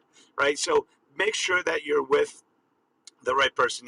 One of the greatest things that anybody could ever look up, and it's funny as hell. And by the way, this works both ways. Look up the hot crazy matrix. Oh my God, it's so freaking funny, and unfortunately, very true in many different ways. And again, it goes both ways. But of course, it's about spending the time, getting to know who the other person is, and show up as you are. Right? Be true. Don't be the person that says, "Hey, listen, I do this, I do that," and you're none of those things. At a Tony Robbins event, it was a relationship day one time, and I get a call, Tony, listen, there's this woman here. I need your help. I need your help because what Tony says is, hey, list out 10 things or 20 things that you want in your ideal mate. And, but I need help. So I go over and she's got like 6 pages of stuff, right? 6 pages of stuff. And now I think I'm a pretty good guy. And I'm going down like halfway down the first page. I'm like, okay, and that's about it. And then she went into all these crazy things with the demands that she would want in the perfect mate. Stuff like, somebody who's adventurous and outdoors and likes to mountain climb and goes to the gym a lot. And meantime, I'm like, okay, I kind of know you, and I know you don't go to the gym. When's the last time you went mountain climbing? I didn't, but I would love to go. I'm like, you can't expect something from someone that you are not, that isn't going to relate to you, just because you have this dream that you'd like to have somebody that loves to mountain climb. Well, if you don't mountain climb, that might not be a good thing. If you don't like going to the gym and you don't work out, getting somebody that works out all the time, that's probably not going to work out in the end. If you want somebody that doesn't drink and you go out now to drink it, that might not work out. Smoker, there's things that you've got to look at and understand and be unreasonable in one respect, but also be reasonable in another. You can't ask for something that you're not, right? Because while opposites attract, they also tend to clash and pull away from each other. So, I mean, like I said, relationship, it's such a huge thing. So I had her go back and narrow down to the 10 things that are important, which it is important, by the way, to write down the 10 things, not 150 things. Let's be reasonable. 10 things that you want in a perfect mate, the mate that you want. Because when you write it down, it starts to become real and you start to attract that person into your life. So going back, very important. Stop trying to change your man. Stop trying to change your woman. Because if they change, they're no longer the person you fell in love with. Very important to remember. Why are you so loud? Well, that's who I was. That when you met me, I was a loud, funny guy, or I dressed provocatively. That's the way I love to dress. It makes me feel good. Don't expect to change the person after you're in a relationship. And by the way, don't change when you get into a relationship. Don't be the person that lets yourself go. If you're going to the gym all the time, you take care of yourself and you're doing all these things, you're a hard worker. Now you get married, now you become a lazy ass and you don't go to the gym and you look like crap. And all of a sudden you wonder why your woman is no longer interested, or vice versa, right? And again, the other danger is the whole thing of, oh, he's like this now, but I'm going to change him. Here's what winds up happening. And I've seen this happen time and time again in couples that I wind up working with and people that I'm coaching. This happens time and time again. They get married to this person, or they're in a relationship with this person, long-term committed relationship, whatever it is. By the way, this happens both ways. And she says, oh, I'm going to change him. I'm going to this, I'm going to that. And all of a sudden, because he loves her, he abides. And before you know it, he stops doing this. So get rid of the motorcycle, stop doing this, stop doing that, and the other thing, stop hanging out, whatever it is. And he changes all of these things. Now he's not as loud anymore. Now he doesn't, tell as many jokes. He's not, whatever that thing was, he stops doing it. All of a sudden, she's not that attracted to him anymore. She doesn't know why. And he changes more to fold for her and more, and she becomes less and less attracted. Now, you have two things. One, she's no longer attracted to him, or he's no longer attracted to her, because that person changed so much that they're just a shadow of who they fell in love with. And now the other person that changed so much becomes resentful. They're no longer who they were. They're unhappy. And yet that wasn't enough to make the other person happy. And relationships fall apart. That's what happens in probably 70-75% of relationships that fall apart for that reason. Of course, financial reasons and many other reasons. But relationships fall apart because people try to change someone else. Find someone that you love who they are for who they are, not necessarily for the potential. Obviously, there's always that potential thing, but stop dating people because of the potential and thinking you're going to change them and that potential is going to override everything else, because you will lose attraction. And that's what winds up happening. The polarity, you start to pull apart. Now, the nice thing is that's not the end. You could obviously start to come back together and start to appreciate those things. And that's where, the love languages come in, and knowing yourself and knowing your spouse. Anyway, listen, I've spoken for too long Come already, on, but there's a Tony's ton of heating y'all information. up. Tony's giving y'all a damn masterclass right now. I appreciate you, Tony, for pulling up. Found success, but can you find your soulmate? This is what it's all about. So, Come in so hot. Let's hey, go. Y'all better get up on the stage. Who's next? Hold on. I'm gonna do hey, one quick Stack, reset. Hey, Go Stack. do ahead. you, Who's that? hey, Stack, do you, go ahead. Who's that? Sorry, Who's that? Who's that? Who's I'm that? silencing. Who's coming in? Is that Noah? What's good, Lion, Noah? Who is that? Who else was that? and that was me extended.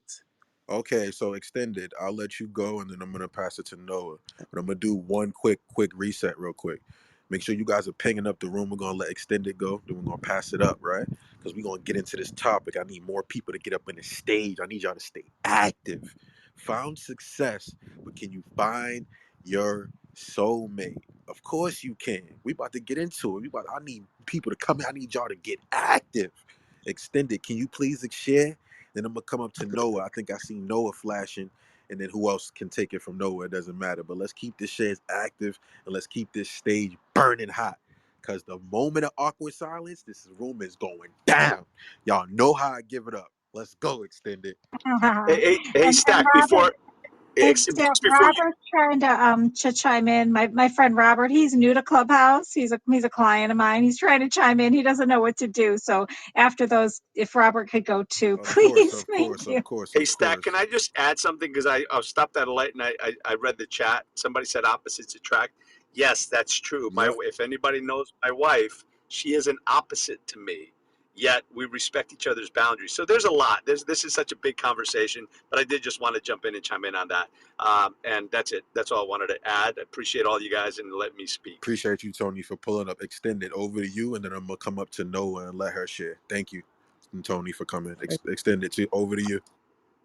I come from a different perspective, so I understand everything that you lot are saying, and I know it's the truth because I've been through the journey.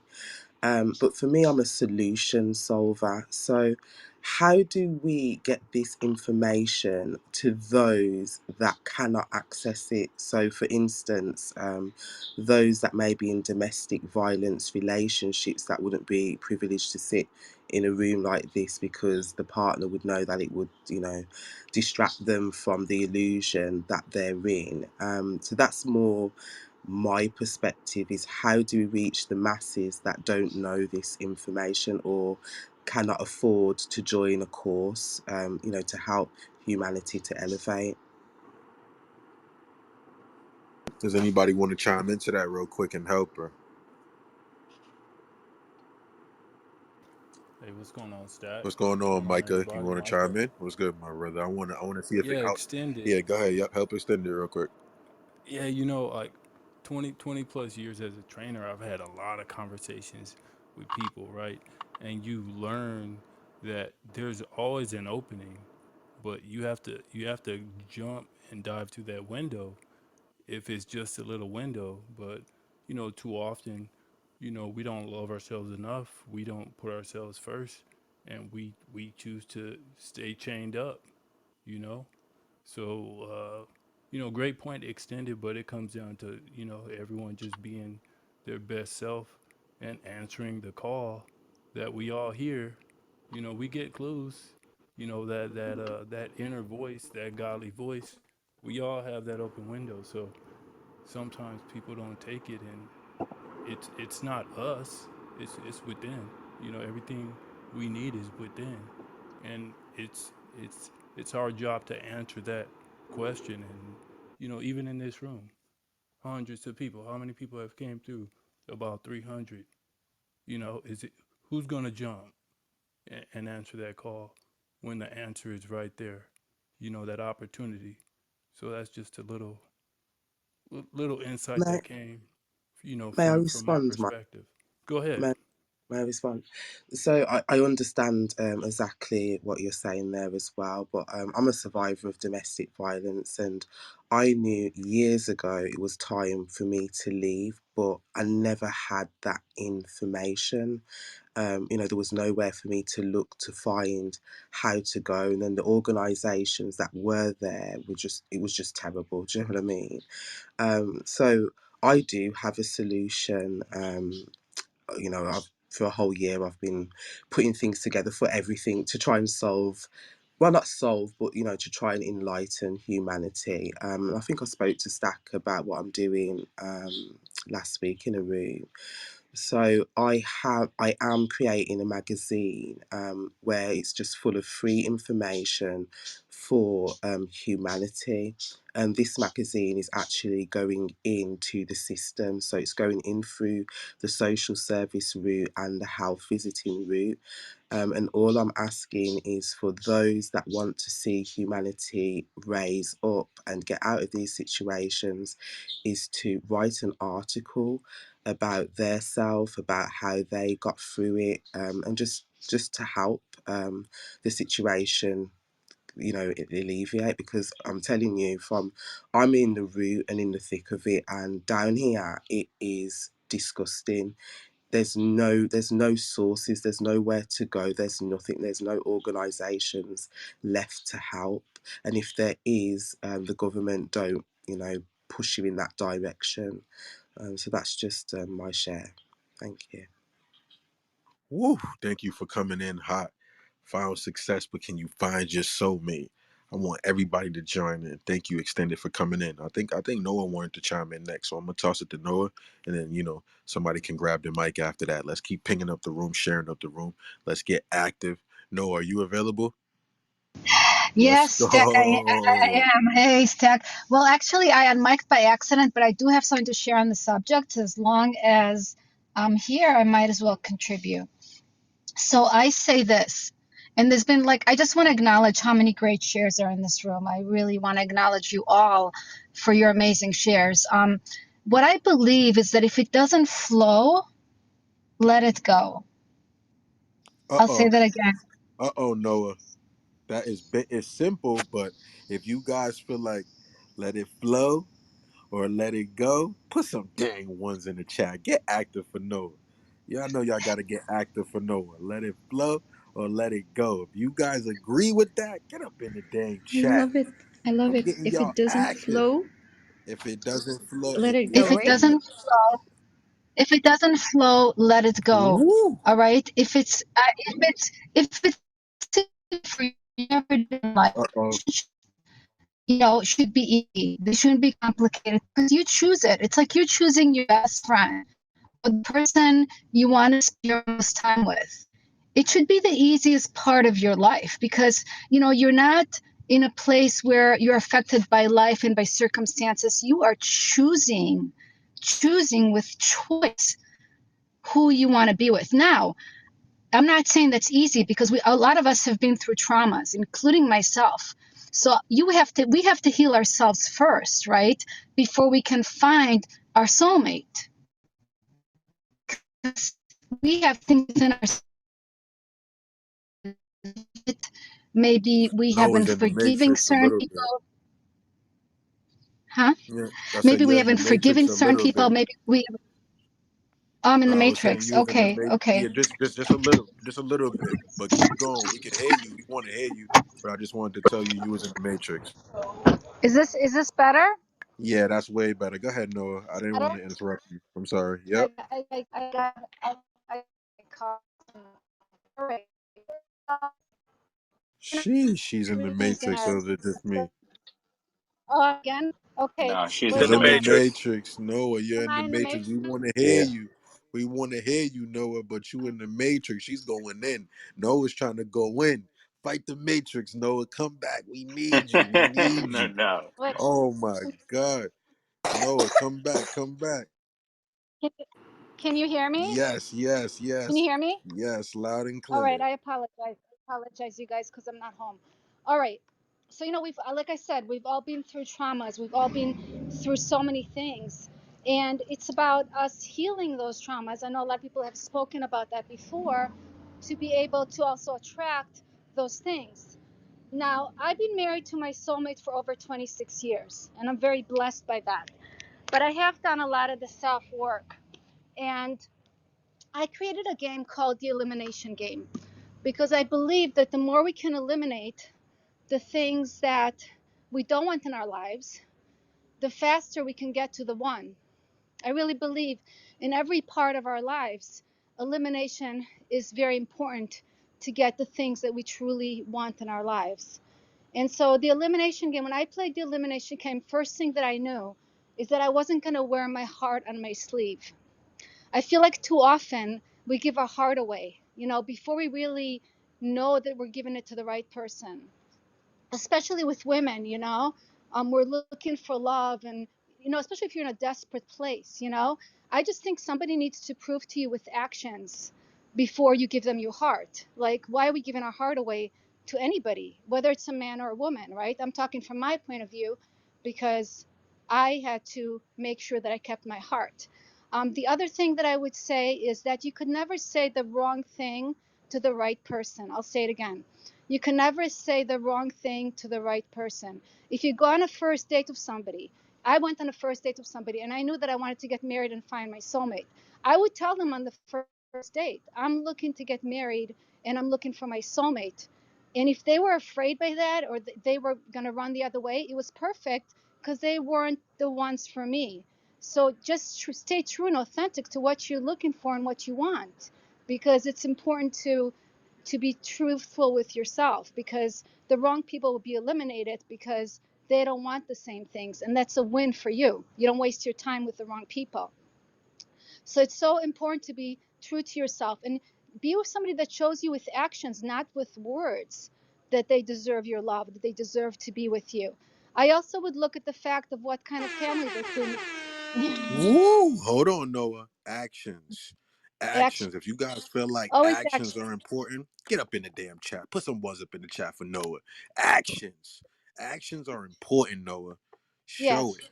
Let's go. Words are cheap, you know. Anybody can say anything to you, but what are they doing about it? How are they showing you with actions?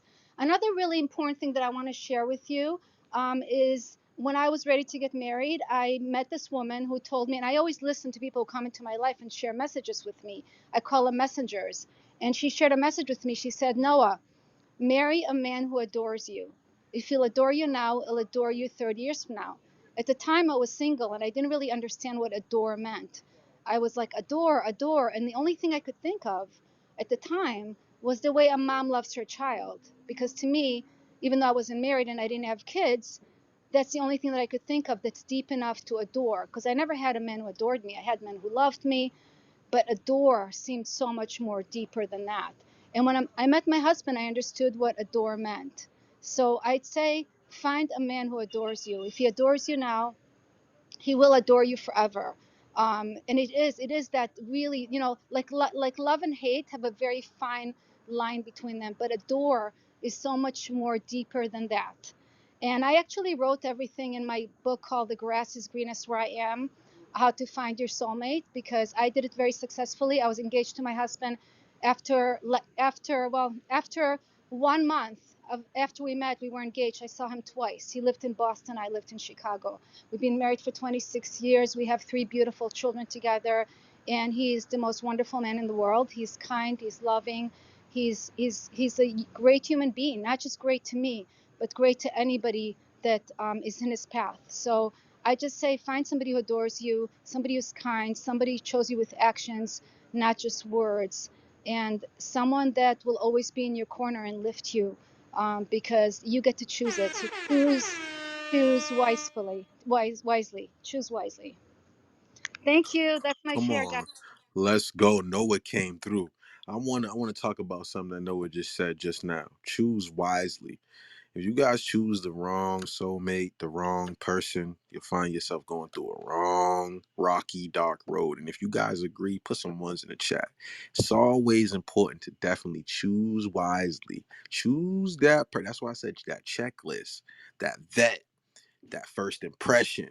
It's everything, right, guys? That's what I'm trying to say. You have to choose wisely. I appreciate you, Noah. Make sure you guys picking up the room, sharing up the room. Let's get some more people in here. Found success, but can you find your soulmate? This is what we're talking about today. This is what we're getting into, and I'm loving the conversation. I'm loving all the shares, and I want to hear some more shares, right? Because you guys got to have those goals in order. You guys also have the goals in order. If you guys are trying to find your soulmate, right? Don't you think you got to have your goals in order? How y'all feeling about those goals? Let's get up in the chat. What's going on with the goals? You guys feel like goals should be already set in place, right? So you can find your soulmate. How you guys feeling about that?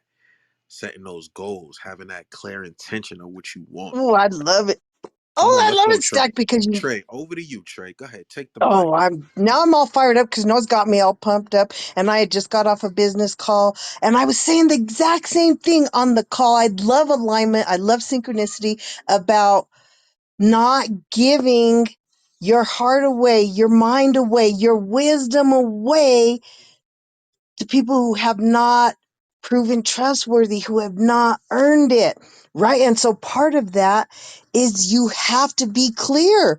You have to be clear about what that is for you. So if you haven't gotten that, then it's like you get all of this unknowingness, right? And that's when you just are like the leaf that's blown in the wind, right? And this is what I love. And so many amazing things. Let me tell you, I've heard so many amazing things from you guys. I appreciate you guys. I've heard the different perspectives of the soul, of soulmates, and the most important thing, I'm concurring with Irene and the countless other amazing people in this room who said it's about loving yourself first and foremost. And when you get clear about that, then the rest falls into place. But this is my experience, okay, you guys. My first marriage, I left home at 15. I had 3 kids by the time I was 19. I was in a 7-year marriage with a very narcissistic, abusive man. And that's where I was in life. I believed that that was a reflection of my own thoughts and feelings. And so law of attraction will bring that to validate you all the time. Right. So then I left that and then I got into the next one. And this is what Stack was talking about. And I thought I was clear, right? Because I said, you know what? In this next, if I ever get in another relationship, I know that this is what I want, this, that, and the other. And we were clear about it and we talked about it and we said, okay. And just like Noah said, I love it. And I communicated. I had already had 3 kids from my first marriage. And I said, I don't want any more kids. I want somebody for me. I knew I wanted somebody for me. And that's what I kept telling. That's what I told him straight up in the very beginning. I want somebody for me who's going to love me, who's going to be there for me because I didn't have parents who did that. So I had abandonment issues. I knew what it felt like to not feel safe, to not feel secure, to not feel like anybody was in my corner. So that was a criteria. You for me. I don't need nobody for my kids. I'll take care of my kids myself. That's what I used to say. Because that's how independent I was. I was like, that's how much I had it. I thought I had it. And even then, we Trey, were clear. Trey, Yeah. make sure you keep sharing, and then make sure somebody comes in after Trey. Somebody take the mic after Trey. I got a phone call. I gotta hop in for I'm All 10 right. All minutes. right, Stack. I So make got you. sure I'll keep y'all it rolling. y'all pass it I'll up and keep it keep the going. ag stage going. Because if it's not Yes, going, I'm having I Trey got you. clip the whole room. Irene, clip this room if they get dry. All right. Michelle, boom this room. Amanda, my love, We got boom you. this room. We got If you. they Miss Manifest, boom this room if they get damn. All y'all, We got you. if We they got you. Don't get worry. We if Don't they worry. get yes. quiet over here, y'all make sure this room is Mm, Nah, zip. keep it lit. Y'all know how me and Jay no. do. Y'all See, get and that's content, it. zip. Let's get this thing going. Let's heat up this chat. Please, you guys, let's share it out. Let's ping your friends in because I know a lot of people are just getting home from work now. They are ready to heat up and reset after a long day, right? So let's keep this chat going. And this is what I love what Stack was talking about. For me, what I am hearing is that you always got to revisit where you're at and what your goals are. Because in the beginning of my next marriage, we were clear about our goals. I said what I wanted and needed. We were in alignment. And then what and you know what's interesting is we revisited how the bills like quarterly, right? We revisited who should pay what, how much, who was making how much, and how much of a percentage should go in. And we revisited, oh, and the insurance policies, right? For the house, for the cars. Do we got enough coverage? Do we not got enough coverage? Right? We were setting all these goals, but we did not revisit our own combined and individual goals. And my goals got lost. And so as I kept healing and kept growing, I would communicate this, right? And what I didn't realize is that our goals had slightly shifted, right? And then the more I wanted different things, the more I healed, the more I got confident, the more I knew I wanted to share the message that everyone could experience miraculous healing and all the other amazing things that I have the gift to be able to share with people. We did not revisit our perception of love because he was my soulmate. Ooh, he had me hard. We loved each other and we love each other to this day. To this day, he is now my husband. We separated over 5 years ago, final divorce, June of 2022. And now we have goals to be amazing friends for the rest of our life. So as long as you keep revisiting all the goals and what I left out myself. I left myself out of the equation because I was looking at his goals. I was looking at my kids' goals. I was looking at the family goals, at the business goals. So I love this conversation about goals. Did that, did that, did you guys connect with that at all? Is anybody feeling what I'm feeling? Has anybody, okay. That was 33-year marriage I let go Yes, of. of course. Come on, Neiman. Of course. Okay, you guys, let's That's keep what sharing the happened. room out. That's what Let's go. happens. You know what? Come on, man. Y'all better come in It hot. Better it come all in starts hot. from inside. Yeah, it all starts from the inside because the the inner world is just where everything is going on, if you believe you deserve it. When the previous room, when Dr. T was speaking about that, she's having so many courses and she's doing a lot of stuff and doing this and that. But I could receive from her that she now believes that she deserves it. And when you believe that you deserve it, you hold yourself accountable. You hold yourself in control on your emotions, on your emotions, and I mean it. Your emotions, the steps that you're taking towards your goals, whatever it is, either you manifesting a man, manifesting your achieving your dreams, doing your business, whatever it is. It's just how you move, how you decide to take the control of yourself. The other day, I think I heard someone says, don't give the control of your happiness to another person. Don't give it to, don't give it away, because guess what? If they go, you lose it all. And at the end of the day, everything we're doing here, and when I think about why an XP mentor, when we're focused on business and stuff, why are we giving that time, that much time of the room to soulmates? Yes, because we focus on human being growth, and we focus on what makes you happy. Because if you have everything in this world and you're not happy, it's useless. It's about being happy. It's about being fulfilled and satisfied, and doing everything that makes you feel that you have it all. And honestly, I swear to God, and these words are really, really honest. Today, I went to, I don't go to any Arabic rooms now, since a long time ago, but today I have to go to somewhere, and I couldn't bear it for less than 15 minutes, because what, they are talking negative stuff. Nothing they have control on, and nothing positive. When I cannot change something, I let it go and work on that thing that I have control on, so I can be responsible, so I can just decide, have that power of I can't to I don't. When you say I don't or I want, it's the affirmation, it's the positive, it's the power that you have in your hands to your life. Because if you don't have that power, you will definitely go to the victimize. Well, when that what Michelle McLean was speaking of, the needy state. So it's so very deep. It's not only about finding your soulmate, it's about finding yourself. If you're loving on yourself every day, if you're finding beautiful, I've been doing something, quote unquote, sounds crazy, but it works. Do you high five yourself in the mirror? Do you?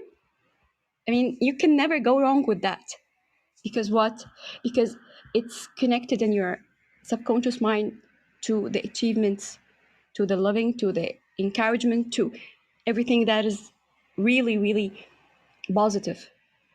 And it's the vibes that you put yourself in. If you feel down, surround yourself with positive people. No matter what my mood looks like when I'm in XP mentor, everything this just goes away, and felt, and I got my cup felt full with love and support and everything else that we are doing here. And really, really, when Dr. T today was saying that I can really give away my 7-year degree, doctorate degree, with those kind of learning and information that I'm learning now. I said the same words when she was saying that. I have 7 degrees, not 7 years, but another 7 degrees that I can't compromise with those 4 months. Guys, can you imagine?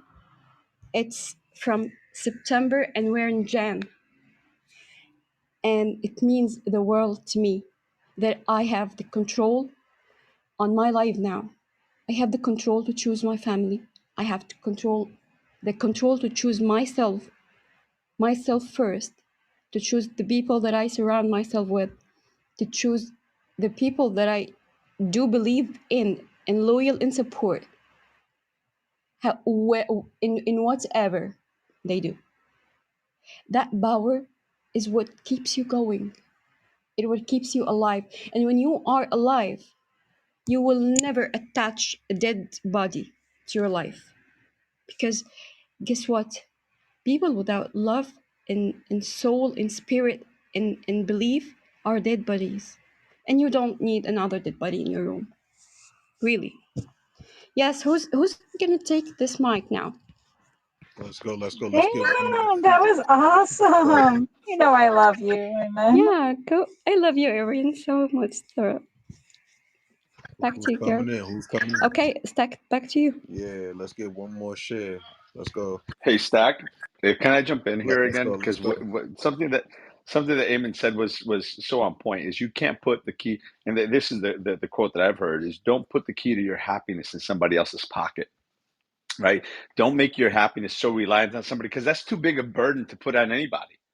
To imagine your somebody else's happiness is your responsibility all the time. Well, shit, that's a lot of weight.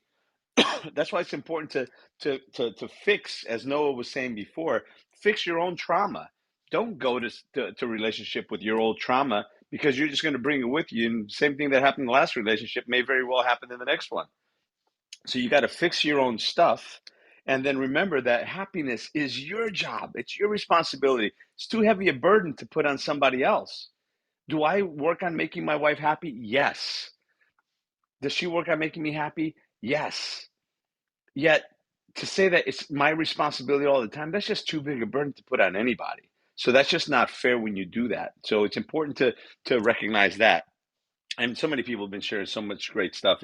It's absolutely incredible. And I wanted to know if you guys want, because I mentioned before, some tips on how to recognize if someone is lying to you or not. Anybody interested in hearing about that? Flash your mics if you want to know when somebody's lying to you in a relationship and how to recognize some of those signs. I said, okay, see, Iman wants to know. Anybody else interested in knowing that? Let's go. All right. Let's go. So, Tony, you're gonna be the last share that we gonna clip it. Let's go. all right. So I've got a really good friend of mine. Well, we've become friends over the years. That actually speaks on Tony Robbins' stage and the leadership portion of of his leadership program. And and what she does is she actually trains FBI agents, attorneys, all of these people on how to read body language. Right. She's a body language expert, has been for the last 30, 40 years. She's written 3, 4 books on it. And she's absolutely freaking amazing. And I've learned a lot from her. I've had her on my talk, on my podcast and my show multiple times. She talks about relationships. She talks about just lying and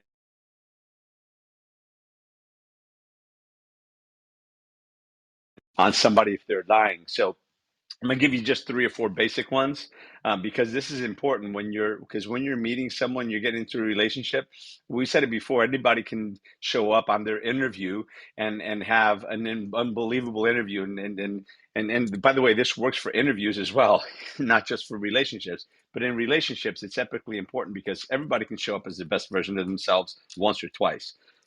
Here's the thing: when you ask people questions, and if you ask somebody a question and they look, and by the way, left brain and right brain could be a variant, but that's a small, very small percentage of the variant. The majority of people, this is the way it works. If you ask somebody a question and they look up and to the left. If they look up, by the way, they're visual per people. If they look down when you ask them a question, then they're an auditory, or they're kinesthetic and auditory if they're looking down. Um, because if they look up into the left or down into the left, when you ask them a question, they're looking backwards to recall a memory to answer your question. If they're looking up and to the right or down and to the right, they're creating, they're inventing, they're making something up. So that is likely 90 plus 95% of the time it's a lie. And this works with your kids as well. So if they're looking up and to the left, they're looking to the past to answer the question from something they already know, almost like going into their memory banks. If they're looking up and to the right, chances are they're lying. If something else, if somebody's talking to you and when they're talking to you, they got their mouth kind of over their hand, kind of over their mouth, or they're covering their mouth. Remember when you were kids and you said something and you like you put it back in, like you want to put it back in your mouth, you want to put your hand over your mouth, like, oh my God, I should have said that. Well, if somebody's speaking to you and they're covering their mouth, it's their subconscious kind of covering up so that you're not paying attention because they're ashamed of what they're saying because they're lying. That is like almost infallible. If somebody's covering their mouth, unless they've got food in their mouth or they got a blister or they got something going on, a really busted up teeth, right? Then maybe covering their mouth is one thing, but if they're covering their mouth as they're speaking to you, their subconscious is letting you know that they're lying.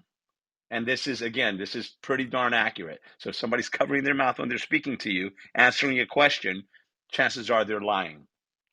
The other thing is when they're asked, again, you ask them a question, they're speaking to you and they're rubbing their nose, they're fidgeting with their nose, or they're playing with their ear or their eyebrow or their chin or whatever. It's almost like that like a magician distracts you. It's like they're trying to take your attention away from what you're saying. Look over here, like, look, little bird's over here, because they want to distract you from whatever it is you're saying. So that's another tell that somebody is lying to you. Um, and then there's other motions which a lot of speakers and politicians will do. You'll see them speaking, and they'll kind of put their hands up in a point or a peak. They call it, I think they call it actually a steeple. So there's things that they do with their hands that you can tell if they're lying or not. If their hands are behind their back, they're kind of hiding something. If they're cross their hands, their arms, and they put both of their hands under their arms, that means they're closed. It doesn't matter what you tell them; they're not going to believe you anyway, or they can't be convinced. Of course, if one hand is over either arm or both hands, then they're receptive. That's just the way that they're sitting. In relationships, if you're standing in front of a woman and you're talking to her and she's playing with her hair all the time, guess what? She's into you, right? Or she finds you attractive, or whatever it is. And in the other way, for men, if you're hanging out with the guy and he's always fixing his socks, that also means he's into you. I don't know what the mechanics of that is, except that's what I've learned. And those are just a couple of tips because I know we're closing the room. So I just wanted to give you guys a couple of practical tips that you can use to be able to tell a liar when someone is lying to you or trying to deceive you. And certainly, even if they're interested in you. So if the girl's always playing with her hair, well, she might be interested. And if the guy's pulling up his socks, well, then he's into you as well. And I know the whole sock thing is kind of weird, but that's what I learned from her. So I hope that some of those tips helped. And her name is Jan Hargrave. If you want to look her up, Jan Hargrave. She's got 3 or 4 books. One of them is "Let Me Hear Your Body Talk," which talks all about everything from how you sleep, like if in your relationship, if you're sleeping on opposite sides of the bed. I think everybody already knows that that's a problem. But there's so much to be known about relationships and nonverbal communication, because only about 70 or 75% of what we say. Obviously, this app is a little different, but even in this app, our inflection, our tone, our pitch, our speed, the volume of our voice, all of that is telling, right? Because again, that's how we communicate. But if you're with someone in person, first of all, if you're on screen, that's one thing. But when you're in person, it's even more important to recognize some of those things. So look her up, Jan Hargrave. She's got 3 or 4 books out there. She's freaking amazing, body language expert. And yeah, so just thought I'd throw that in since we were talking about relationships, and that is an epically important uh, thing to know and understand and to be aware of, to be honest. So I hope that that helps someone in here. And that's it for now, Stack, unless somebody's got any questions. Over to you, Let's brother. go. We in the building. Found success, but can you find your soulmate? Let's get into it. Y'all know what time it is. Who else is grabbing his mic? Yeah. If no one else grabs the mic, the room is going bye Yeah. bye. Stack the Let's go. pack. Let's go. Let's go. Let's Morris go. is Let's go. Morris! Let's back. go. Woo! Morris. Stack, man. Listen, man. Hey, I've just stepped in the room, man. I just love the subject, man, because it just reminds me of myself. 18 years old, 19, 20, 21, 22. I thought I was successful, being the gangster, the drug dealer, all the jewelry, the drugs, the money, the drinking. I thought this was life, man. But I tell you what, when God holds you and shakes you and stirs you up and throws you against the wall and says, "What are you doing, my friend?" Because when my 18-month-old son passed away, that made me look up and think to myself, man, what was you doing, Morris? You hugged him 10 or 15 times. So I would say to everyone, listen, success isn't the big car, the house, or the money. Success is you, because when you're born, we're dying. We're fighting to find ourselves. And only when you find yourself and you find that gift and that purpose in serving others, that's when you're successful, when you can make someone else smile and smile too. Within you is the real you. I found a key within me that found the real me, the incredible me. That person was always fighting to come out of me. So what will be, everyone. Enjoy the ride.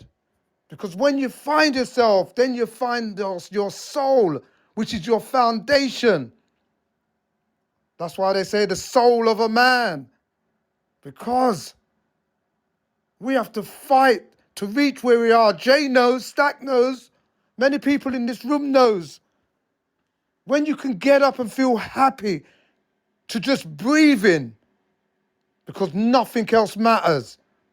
If you're breathing, you can make it happen. Because you was put on this world to make it happen with your gift. I believe every one of you are kings and queens. And you have to find that gift to serve with. I love myself so much now. It's not about me, it's about we. I have all the ingredients of a cake. I rise with my baking powder, determination, desire, dedication. I make the right choices now, and I stay committed to everything I do. If I was a cake, I would eat myself, Stack. I love myself so much. Nothing matters now Let's to me. go. Stack, I love you, man, because within you, you're my soulmate. Jay, you're my soulmate. Doctor, you're my soulmate. I got Amanda. That's when you Amanda's my connect to soulmate. souls. I'm telling I'm you. your soulmate too, but I got a soulmate too, right there. Yeah, of But course. But we have I'm your soulmate too. the spirits, man. The spirits that connect with each other. That's what I'm talking about. I'm Morris the Connector. I connect with everybody's soul. I've done speaking. That's fire. Morris in the building, connecting with my soul, your soul, everybody in his soul. He done hit my soul as soon as he came in here and said he was my soulmate. God dang. You know, knocked me out my seat, Morris. God dang. Appreciate you, brother. For real, for real. That's what it's all about, bringing that energy, coming up here. Let's talk about it. Who else is coming in hot after Morris? I need y'all to keep the stage active. Let's go. Yeah, it's that. Let's go. Let's It's go. Dr. Let's T. go. Who's that? Who's who? Dr. T. Okay, Dr. Dr. T. T. Go ahead, Stack, Dr. T. It's on my you. man. Hey, I just wanted to follow up with what Morris was saying. I think, that's a key from my experience is that when I have in the past have put so much, um, was it Tony that said put your key in somebody else's pocket? That I did that for years. I put my um, trust, my belief, my faith, everything into somebody else. And, it's finally not too late. It's God's timing and it's the right timing. I I don't have to rely on somebody else to bring me joy and happiness, but because I have that love inside, like what Morris is talking about, then I have more to give away to somebody else. Does that make sense? I had nothing before because I was relying on somebody else. And now I see it within myself. So I have it to give away. And so I just wanted to add that. Thanks. I'll pass the mic. Oh, I gotta jump in on this again, Oh, Stack. Dr. T in the come on, y'all better keep the conversation going. Yeah, Y'all know as soon as the conversation get done, boom. yeah, It's Dr. good. T, that was Look, fire. listen, Tony. Keep this stage hot. Y'all keep this stage active.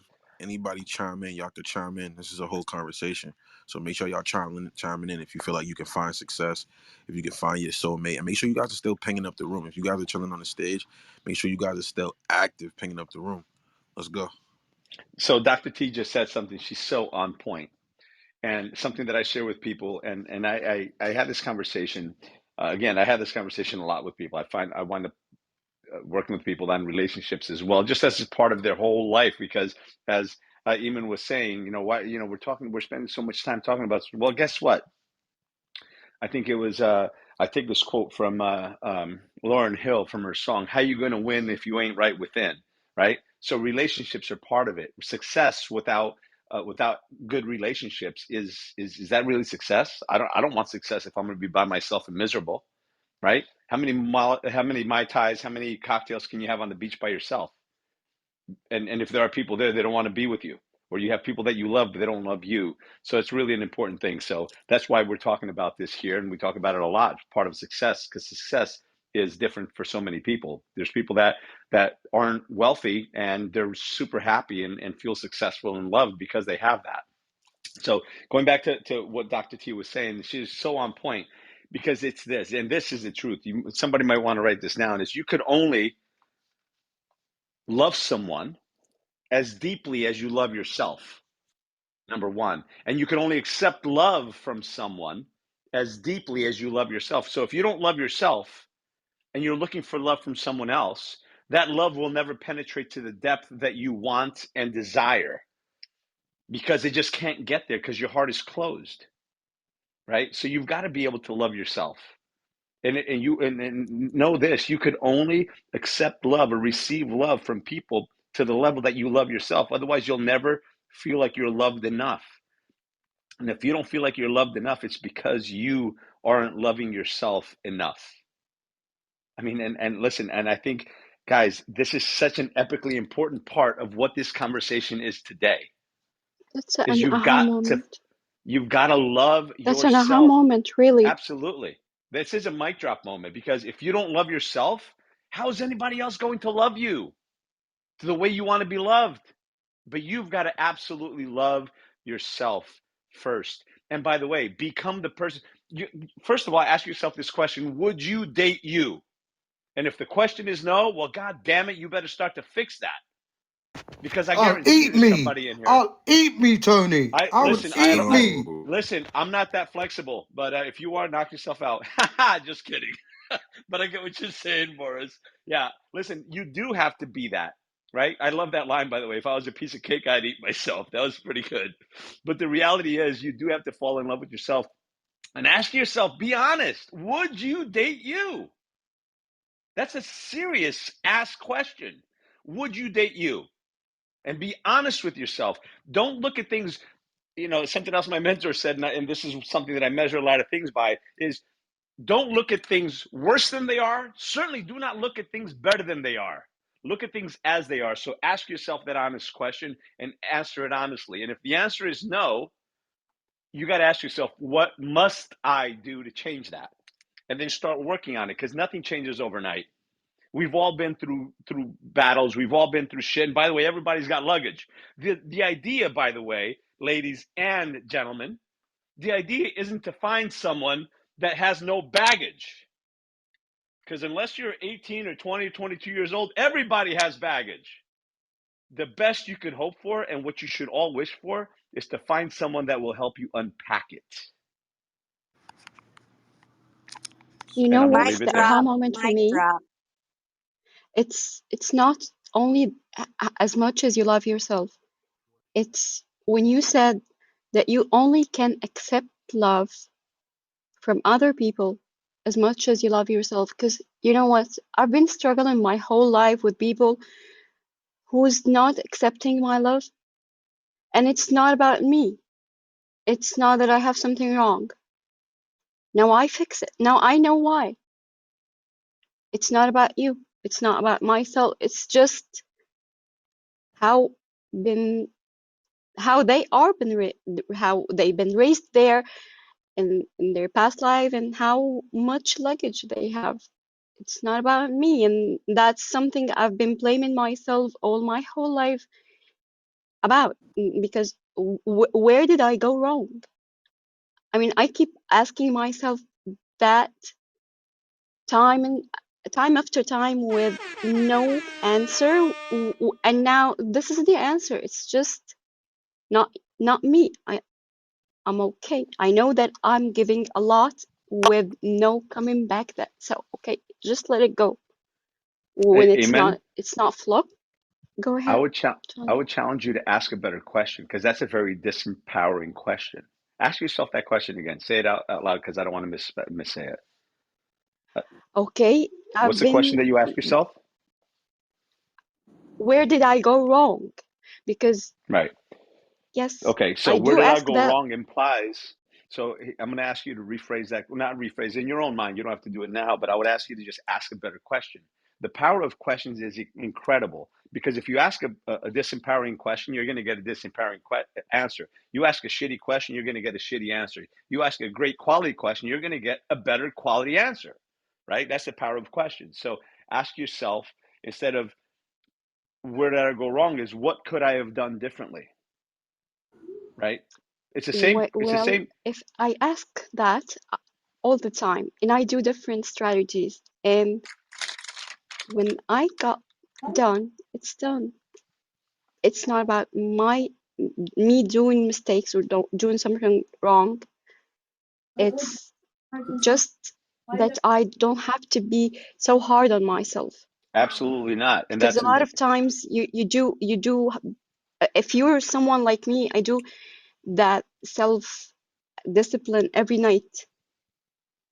And if there is someone I did go wrong with, or I think that I just even said one word that hit them somewhere, I do apologize. And I don't think that something wrong, that you, if you feel like you hurt someone in every single way, you can fix it. But when you do everything and it's just not happening, so it's not meant for you, so you let it go, and you go on and on in your life, because you don't need the same lesson in a different faces. It's Yeah, done. you're right. And I would say this, that, Move on.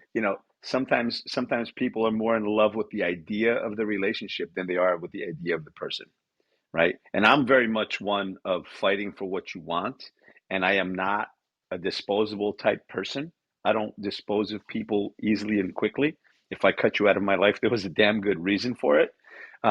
So, but at the same time, don't hang on to a mistake just because you spent so long making it. We've all heard that quote. It's not my quote.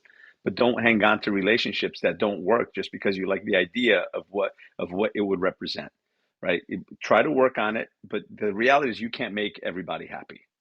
And sometimes things just aren't meant to be. And by the way, all those bad relationships are actually a very good thing, because they're showing you what it is that you Hold that up, you don't Tony. want. Hold up, Tony. If you feel like you can't make everyone happy, put some ones in the chat. Let's see who's still active, who's still awake. Cause if y'all still, you know what I mean, y'all still active. Let's see who's still in there. If y'all feel like, you know, what Tony says a fact, let's get up in there. I want to see who's still up, Tony. Let's see who's still active. All right, y'all still here. I see y'all. All right, go ahead, Tony. They're still here. No, 100%. And I forget exactly where I was going now. But basically, um, man, I lost my thread. Tony, can I Um, chime Yes, in you since you cannot yeah, forget? I'm. forget. Yeah, This is Hank. I just wanted to say it's so hard though, man, when you're dating a narcissist. Like the narcissist always talks you into coming back, you know. And I yield there. no, you're right. It's really important to recognize a narcissist and what a narcissism actually is. True narcissism, by the way, there are very few true narcissists, because, of course, you have to be examined to be to actually be diagnosed as a narcissist. There's actually something missing in your brain. There's a connection that doesn't get made. Of course, there's plenty of people that are either narcissists that, of course, they're the ones that say that they don't have a problem, so they'll never be checked, and B, there's many people with narcissistic tendencies. And I think a lot of us have narcissistic tendencies, right? I think many people, if not everyone, has it. Some subdue it, and others just live by it because they enjoy that significance of it. And the way to recognize a narcissist is it's always your fault. Doesn't matter. They may have done something wrong. They spin the story around so that you feel bad that you did something that caused them to do that. Now, that may have happened once or twice, but if that's a recurring theme, and you're always being made to feel bad about something that somebody else did, that's kind of the definition of a narcissist. And you know who they are because they're always talking about how everybody's out to get them. Somebody's always screwing them over. Everything that's going on wrong with their life is somebody else's fault, right? It's always somebody else's fault. That's the first step that you got to really look at and be like, all right, well, maybe I'm just going to back away a little bit. But yeah, it's really important to recognize a narcissist. And by the way, if you think everybody else is a narcissist and everybody around you is a narcissist, look in the mirror because it's probably you, right? Yeah, Very I heard this important to saying. recognize. You should only meet 3 assholes a day. If you meet more than 3 assholes, you're the asshole. Exactly right. Exactly right. So yeah, I just figured I'd throw that in, but that's a great one. If you could only be three a day, if you meet more than that, or if everybody around you is an asshole, there's probably not them. Anyway, so I yield the mic. Thanks for letting me share, everybody.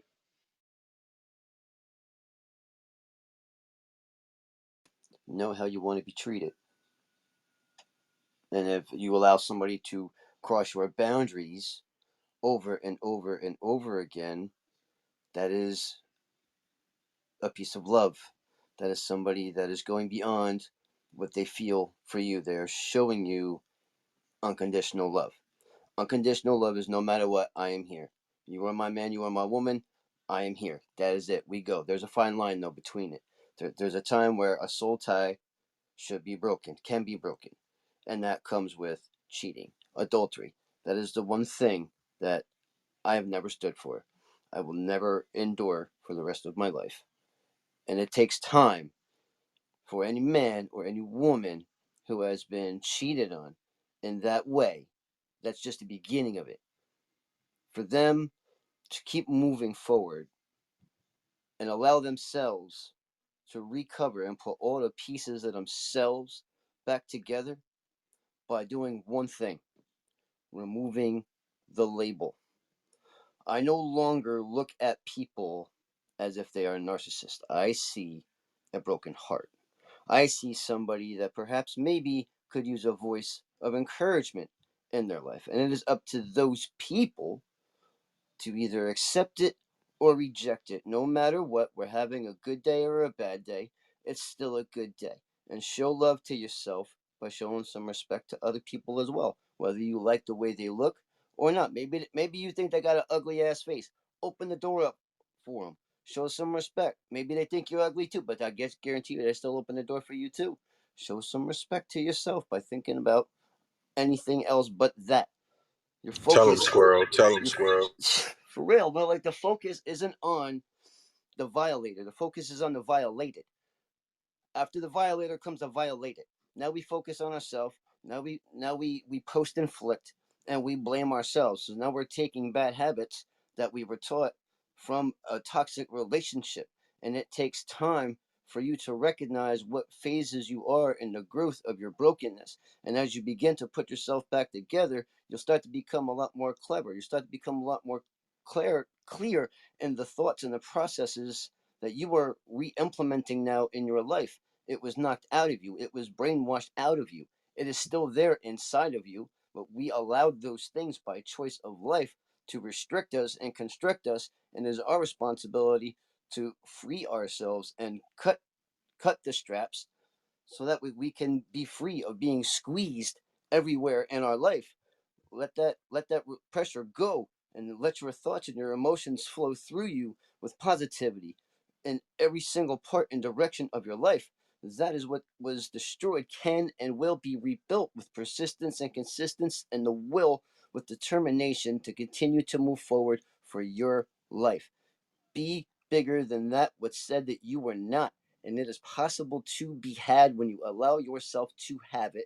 You allow yourself to grab it. You allow yourself to say, I am not that what was said of me. I am bigger than that. I know I am. I have my proof in my heart and in my mind and in my physical here. I have something. I've got trophies. I've got A's. I've got everything that I worked for is now for me. And I don't need anybody else in my life to tell me congratulations. I did it to myself by fighting for my value. And that's what it's about. Your value, your mind, your heart, your emotions, your standards and values. Stand for them. Be real within that. Be accountable for what you've done and what you're going to do. Understand that we're not perfect. We are imperfectly perfect people. And I firmly believe that. Keep trying to be the best version of you through the shittiest thing that you've been through. It's there for you. Go grab it. If you don't know how to get it, you ask for it. Just keep moving forward for you. Be like this little squirrel and smell the flowers. It's beautiful. Have a good day, guys. Appreciate you letting me speak. I love it. If I can just jump in, True. Squirrel, that's That was amazing, great, Squirrel. squirrel. Yeah, I'm gonna post a picture of my favorite picture of a squirrel in a minute after I say this, because this is just a one liner, well, more than one liner, but pretty close. But somebody write this one down, because this is another truism that is true to life, and especially in relationships. In life, you do not get what you deserve. In life, you do not get what you deserve. You get what you tolerate. Ooh, that's right. You get what you tolerate. So if you got somebody treating you like crap, you're gonna get crap. And if you take crap today, and somebody tries to offer, the same person offers you a piece of cake tomorrow, do you think it's cake? No, it's crap. If you eat it, the next day they're going to offer you a brownie. You think it's brownie? No, it's more crap. What do you think they're going to feed you the next day? Because they already know you're going to eat that crap. So you're going to get nothing but crap. So you do not get in life what you deserve. You get what you tolerate, and that goes in business. That goes in life. Even with you, if you're tolerating mediocrity within yourself, well, then that's what you're going to get. You don't get what you deserve in life. You get what you tolerate. So that's it. Dropping the mic again. Hey, it's Miss Self Love here. I'm excited. I've been helping. This is my topic. Let's I've been go, helping. Miss Self Love. This is my topic. I've been helping clients find their partner in 30 days or Let's less. go, Miss Manifest. No, not Miss Manifest, Miss Self Love. Y'all the same. I'll be thinking about the same Miss person. Y'all be the same Manifest is person. fine. But get it in and tell me what you're doing, Miss Self Love, about finding the love on the podcast and what you're doing over there with you and Miss Manifest. Because I know y'all work as a team. So when I see y'all together, I'll bring y'all up together. So definitely tap in and let people know what you're doing. And how they can find their match. Let's get into it. I'm Hey, tapping PTR for that in. squirrel. Finding success and love, it goes hand in hand. Finding your dream client and finding your dream partner is the same thing, same steps. It goes hand in hand. It's about the relationship with yourself and the relationship with other people. Jay-Z, he said that his family members said that he couldn't make money and things like that, but he didn't believe them. A lot of people are letting their family members and friends tell them they can't find love because their family couldn't find love because they have those traumas around love. So you letting your family and your friends tell you can't find love, but you can. You have to break those generational curses. The same thing with money. The same way your family and friends tell you you can't be a millionaire, you're not going to believe them. So you're not going to believe them when they tell you you can't find love because they couldn't find love. So that's something we have to get over. Love and money, dream client, and dream partner is all the same thing, it's all the same steps. So I'm gonna give 3 steps on how to find your dream client and your dream partner in less than 30 days. Stats, you ready for me to tell them? Less than 30 days, how to find dream client and a dream partner. 3 steps. Only 3 steps. The first steps is your thoughts. Think positive. Same thing, you got to think positive in your business is the same way you got to think positive when finding your soulmate, finding your dream partner. You can't go around saying, oh, this person ain't that, these people ain't that, all of that. Same way you got to think positive in your business is the same way you have to think positive when finding your dream partner. Number 2, write down a list of what you desire in detail. You should have a list of your dream client and a list of your dream partner. My dream client and my dream partner is very close. It's almost the same thing. So you should have a list of what you are looking for in detail. And number 3, you should be tunnel vision on that list. You should not be wasting your time on anything that's not on that list. When you are wasting time on what's not on your dream client list and what's not on your dream purpose partner list, your dream soulmate list, you're wasting time. You're getting thrown off track and you're getting distracted. So tunnel vision or whatever's on your list, if it's not on your list, it's not for you. If it's not on the list, it's not for you. So pay attention to your thoughts, your list, and your tunnel vision. And you can find your dream client and your dream partner in less than 30 days. I miss self love. I yield my mic.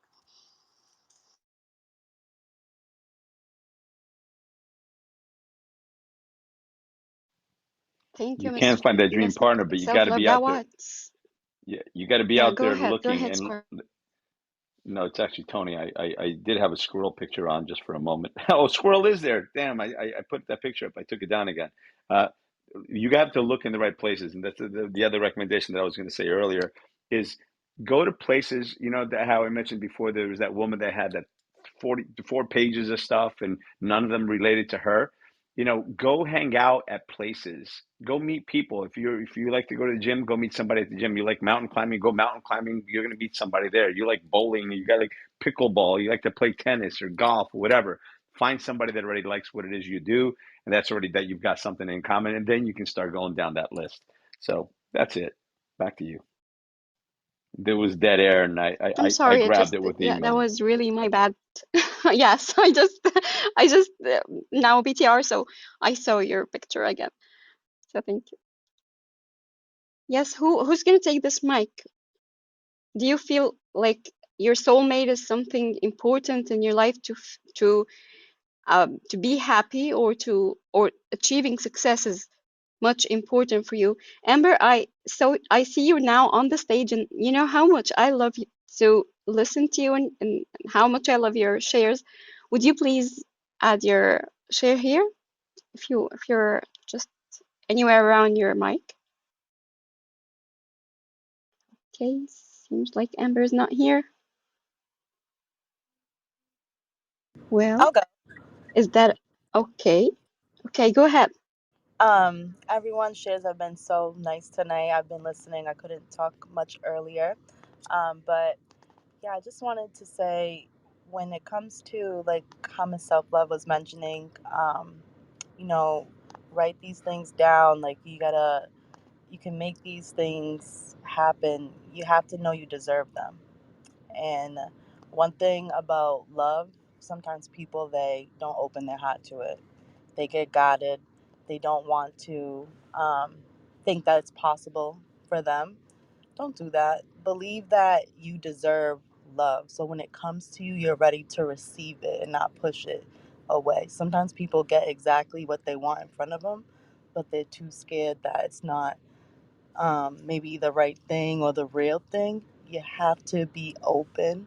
I know some of us, most of us have experienced heartbreaks in the past, and that's what leads us to be guarded and not be open. But I think that sometimes that can be a mistake. So, you know, make sure you're happy with yourself, do your soul searching journey, get right. So when that person does come and you feel it, make sure you are able to open your heart up.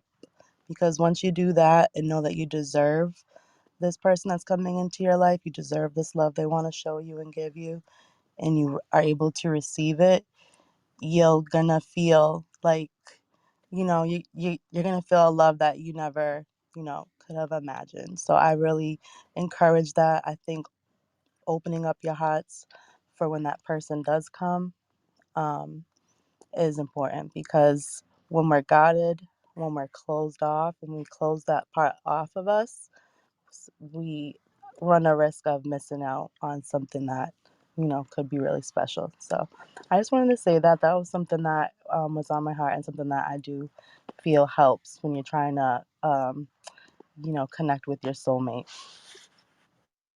I really yeah,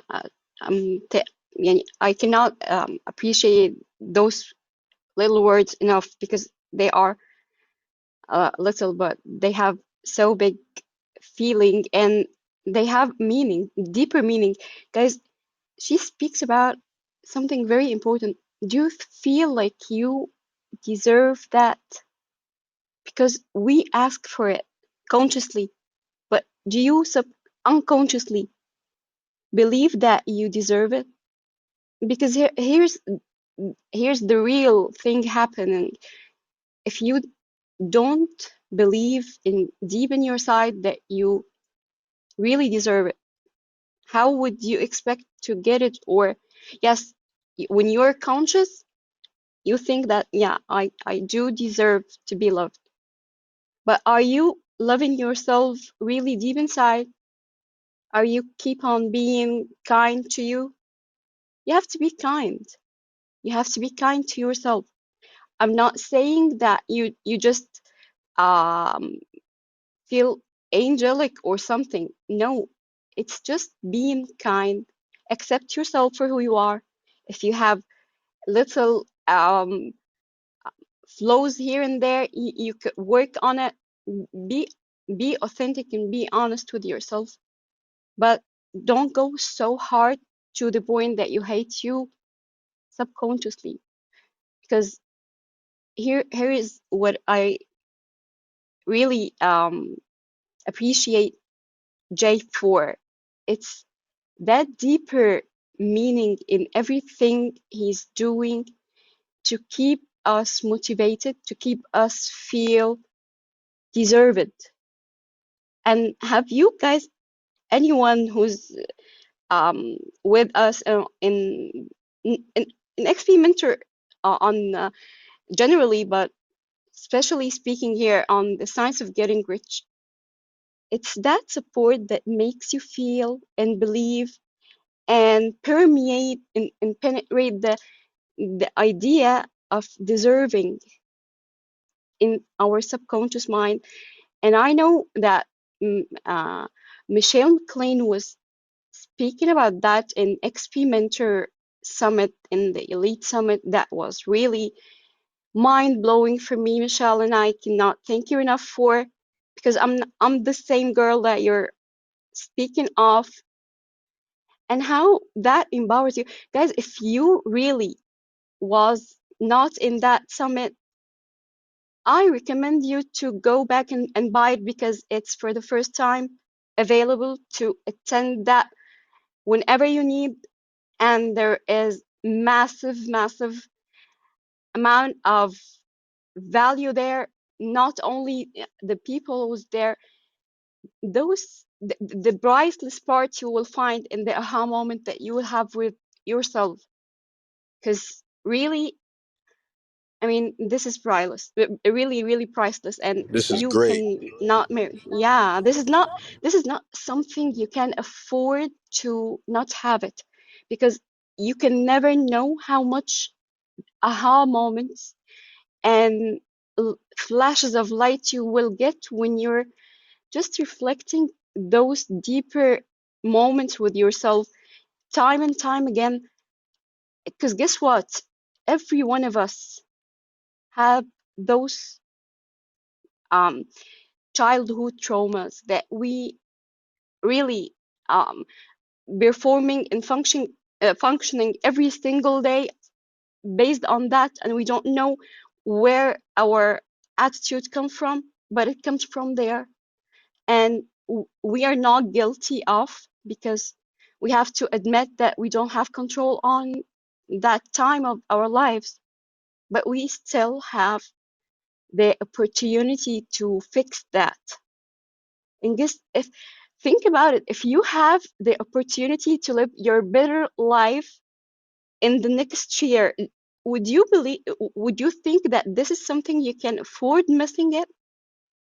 I mean, think about it. It's just something to get about it.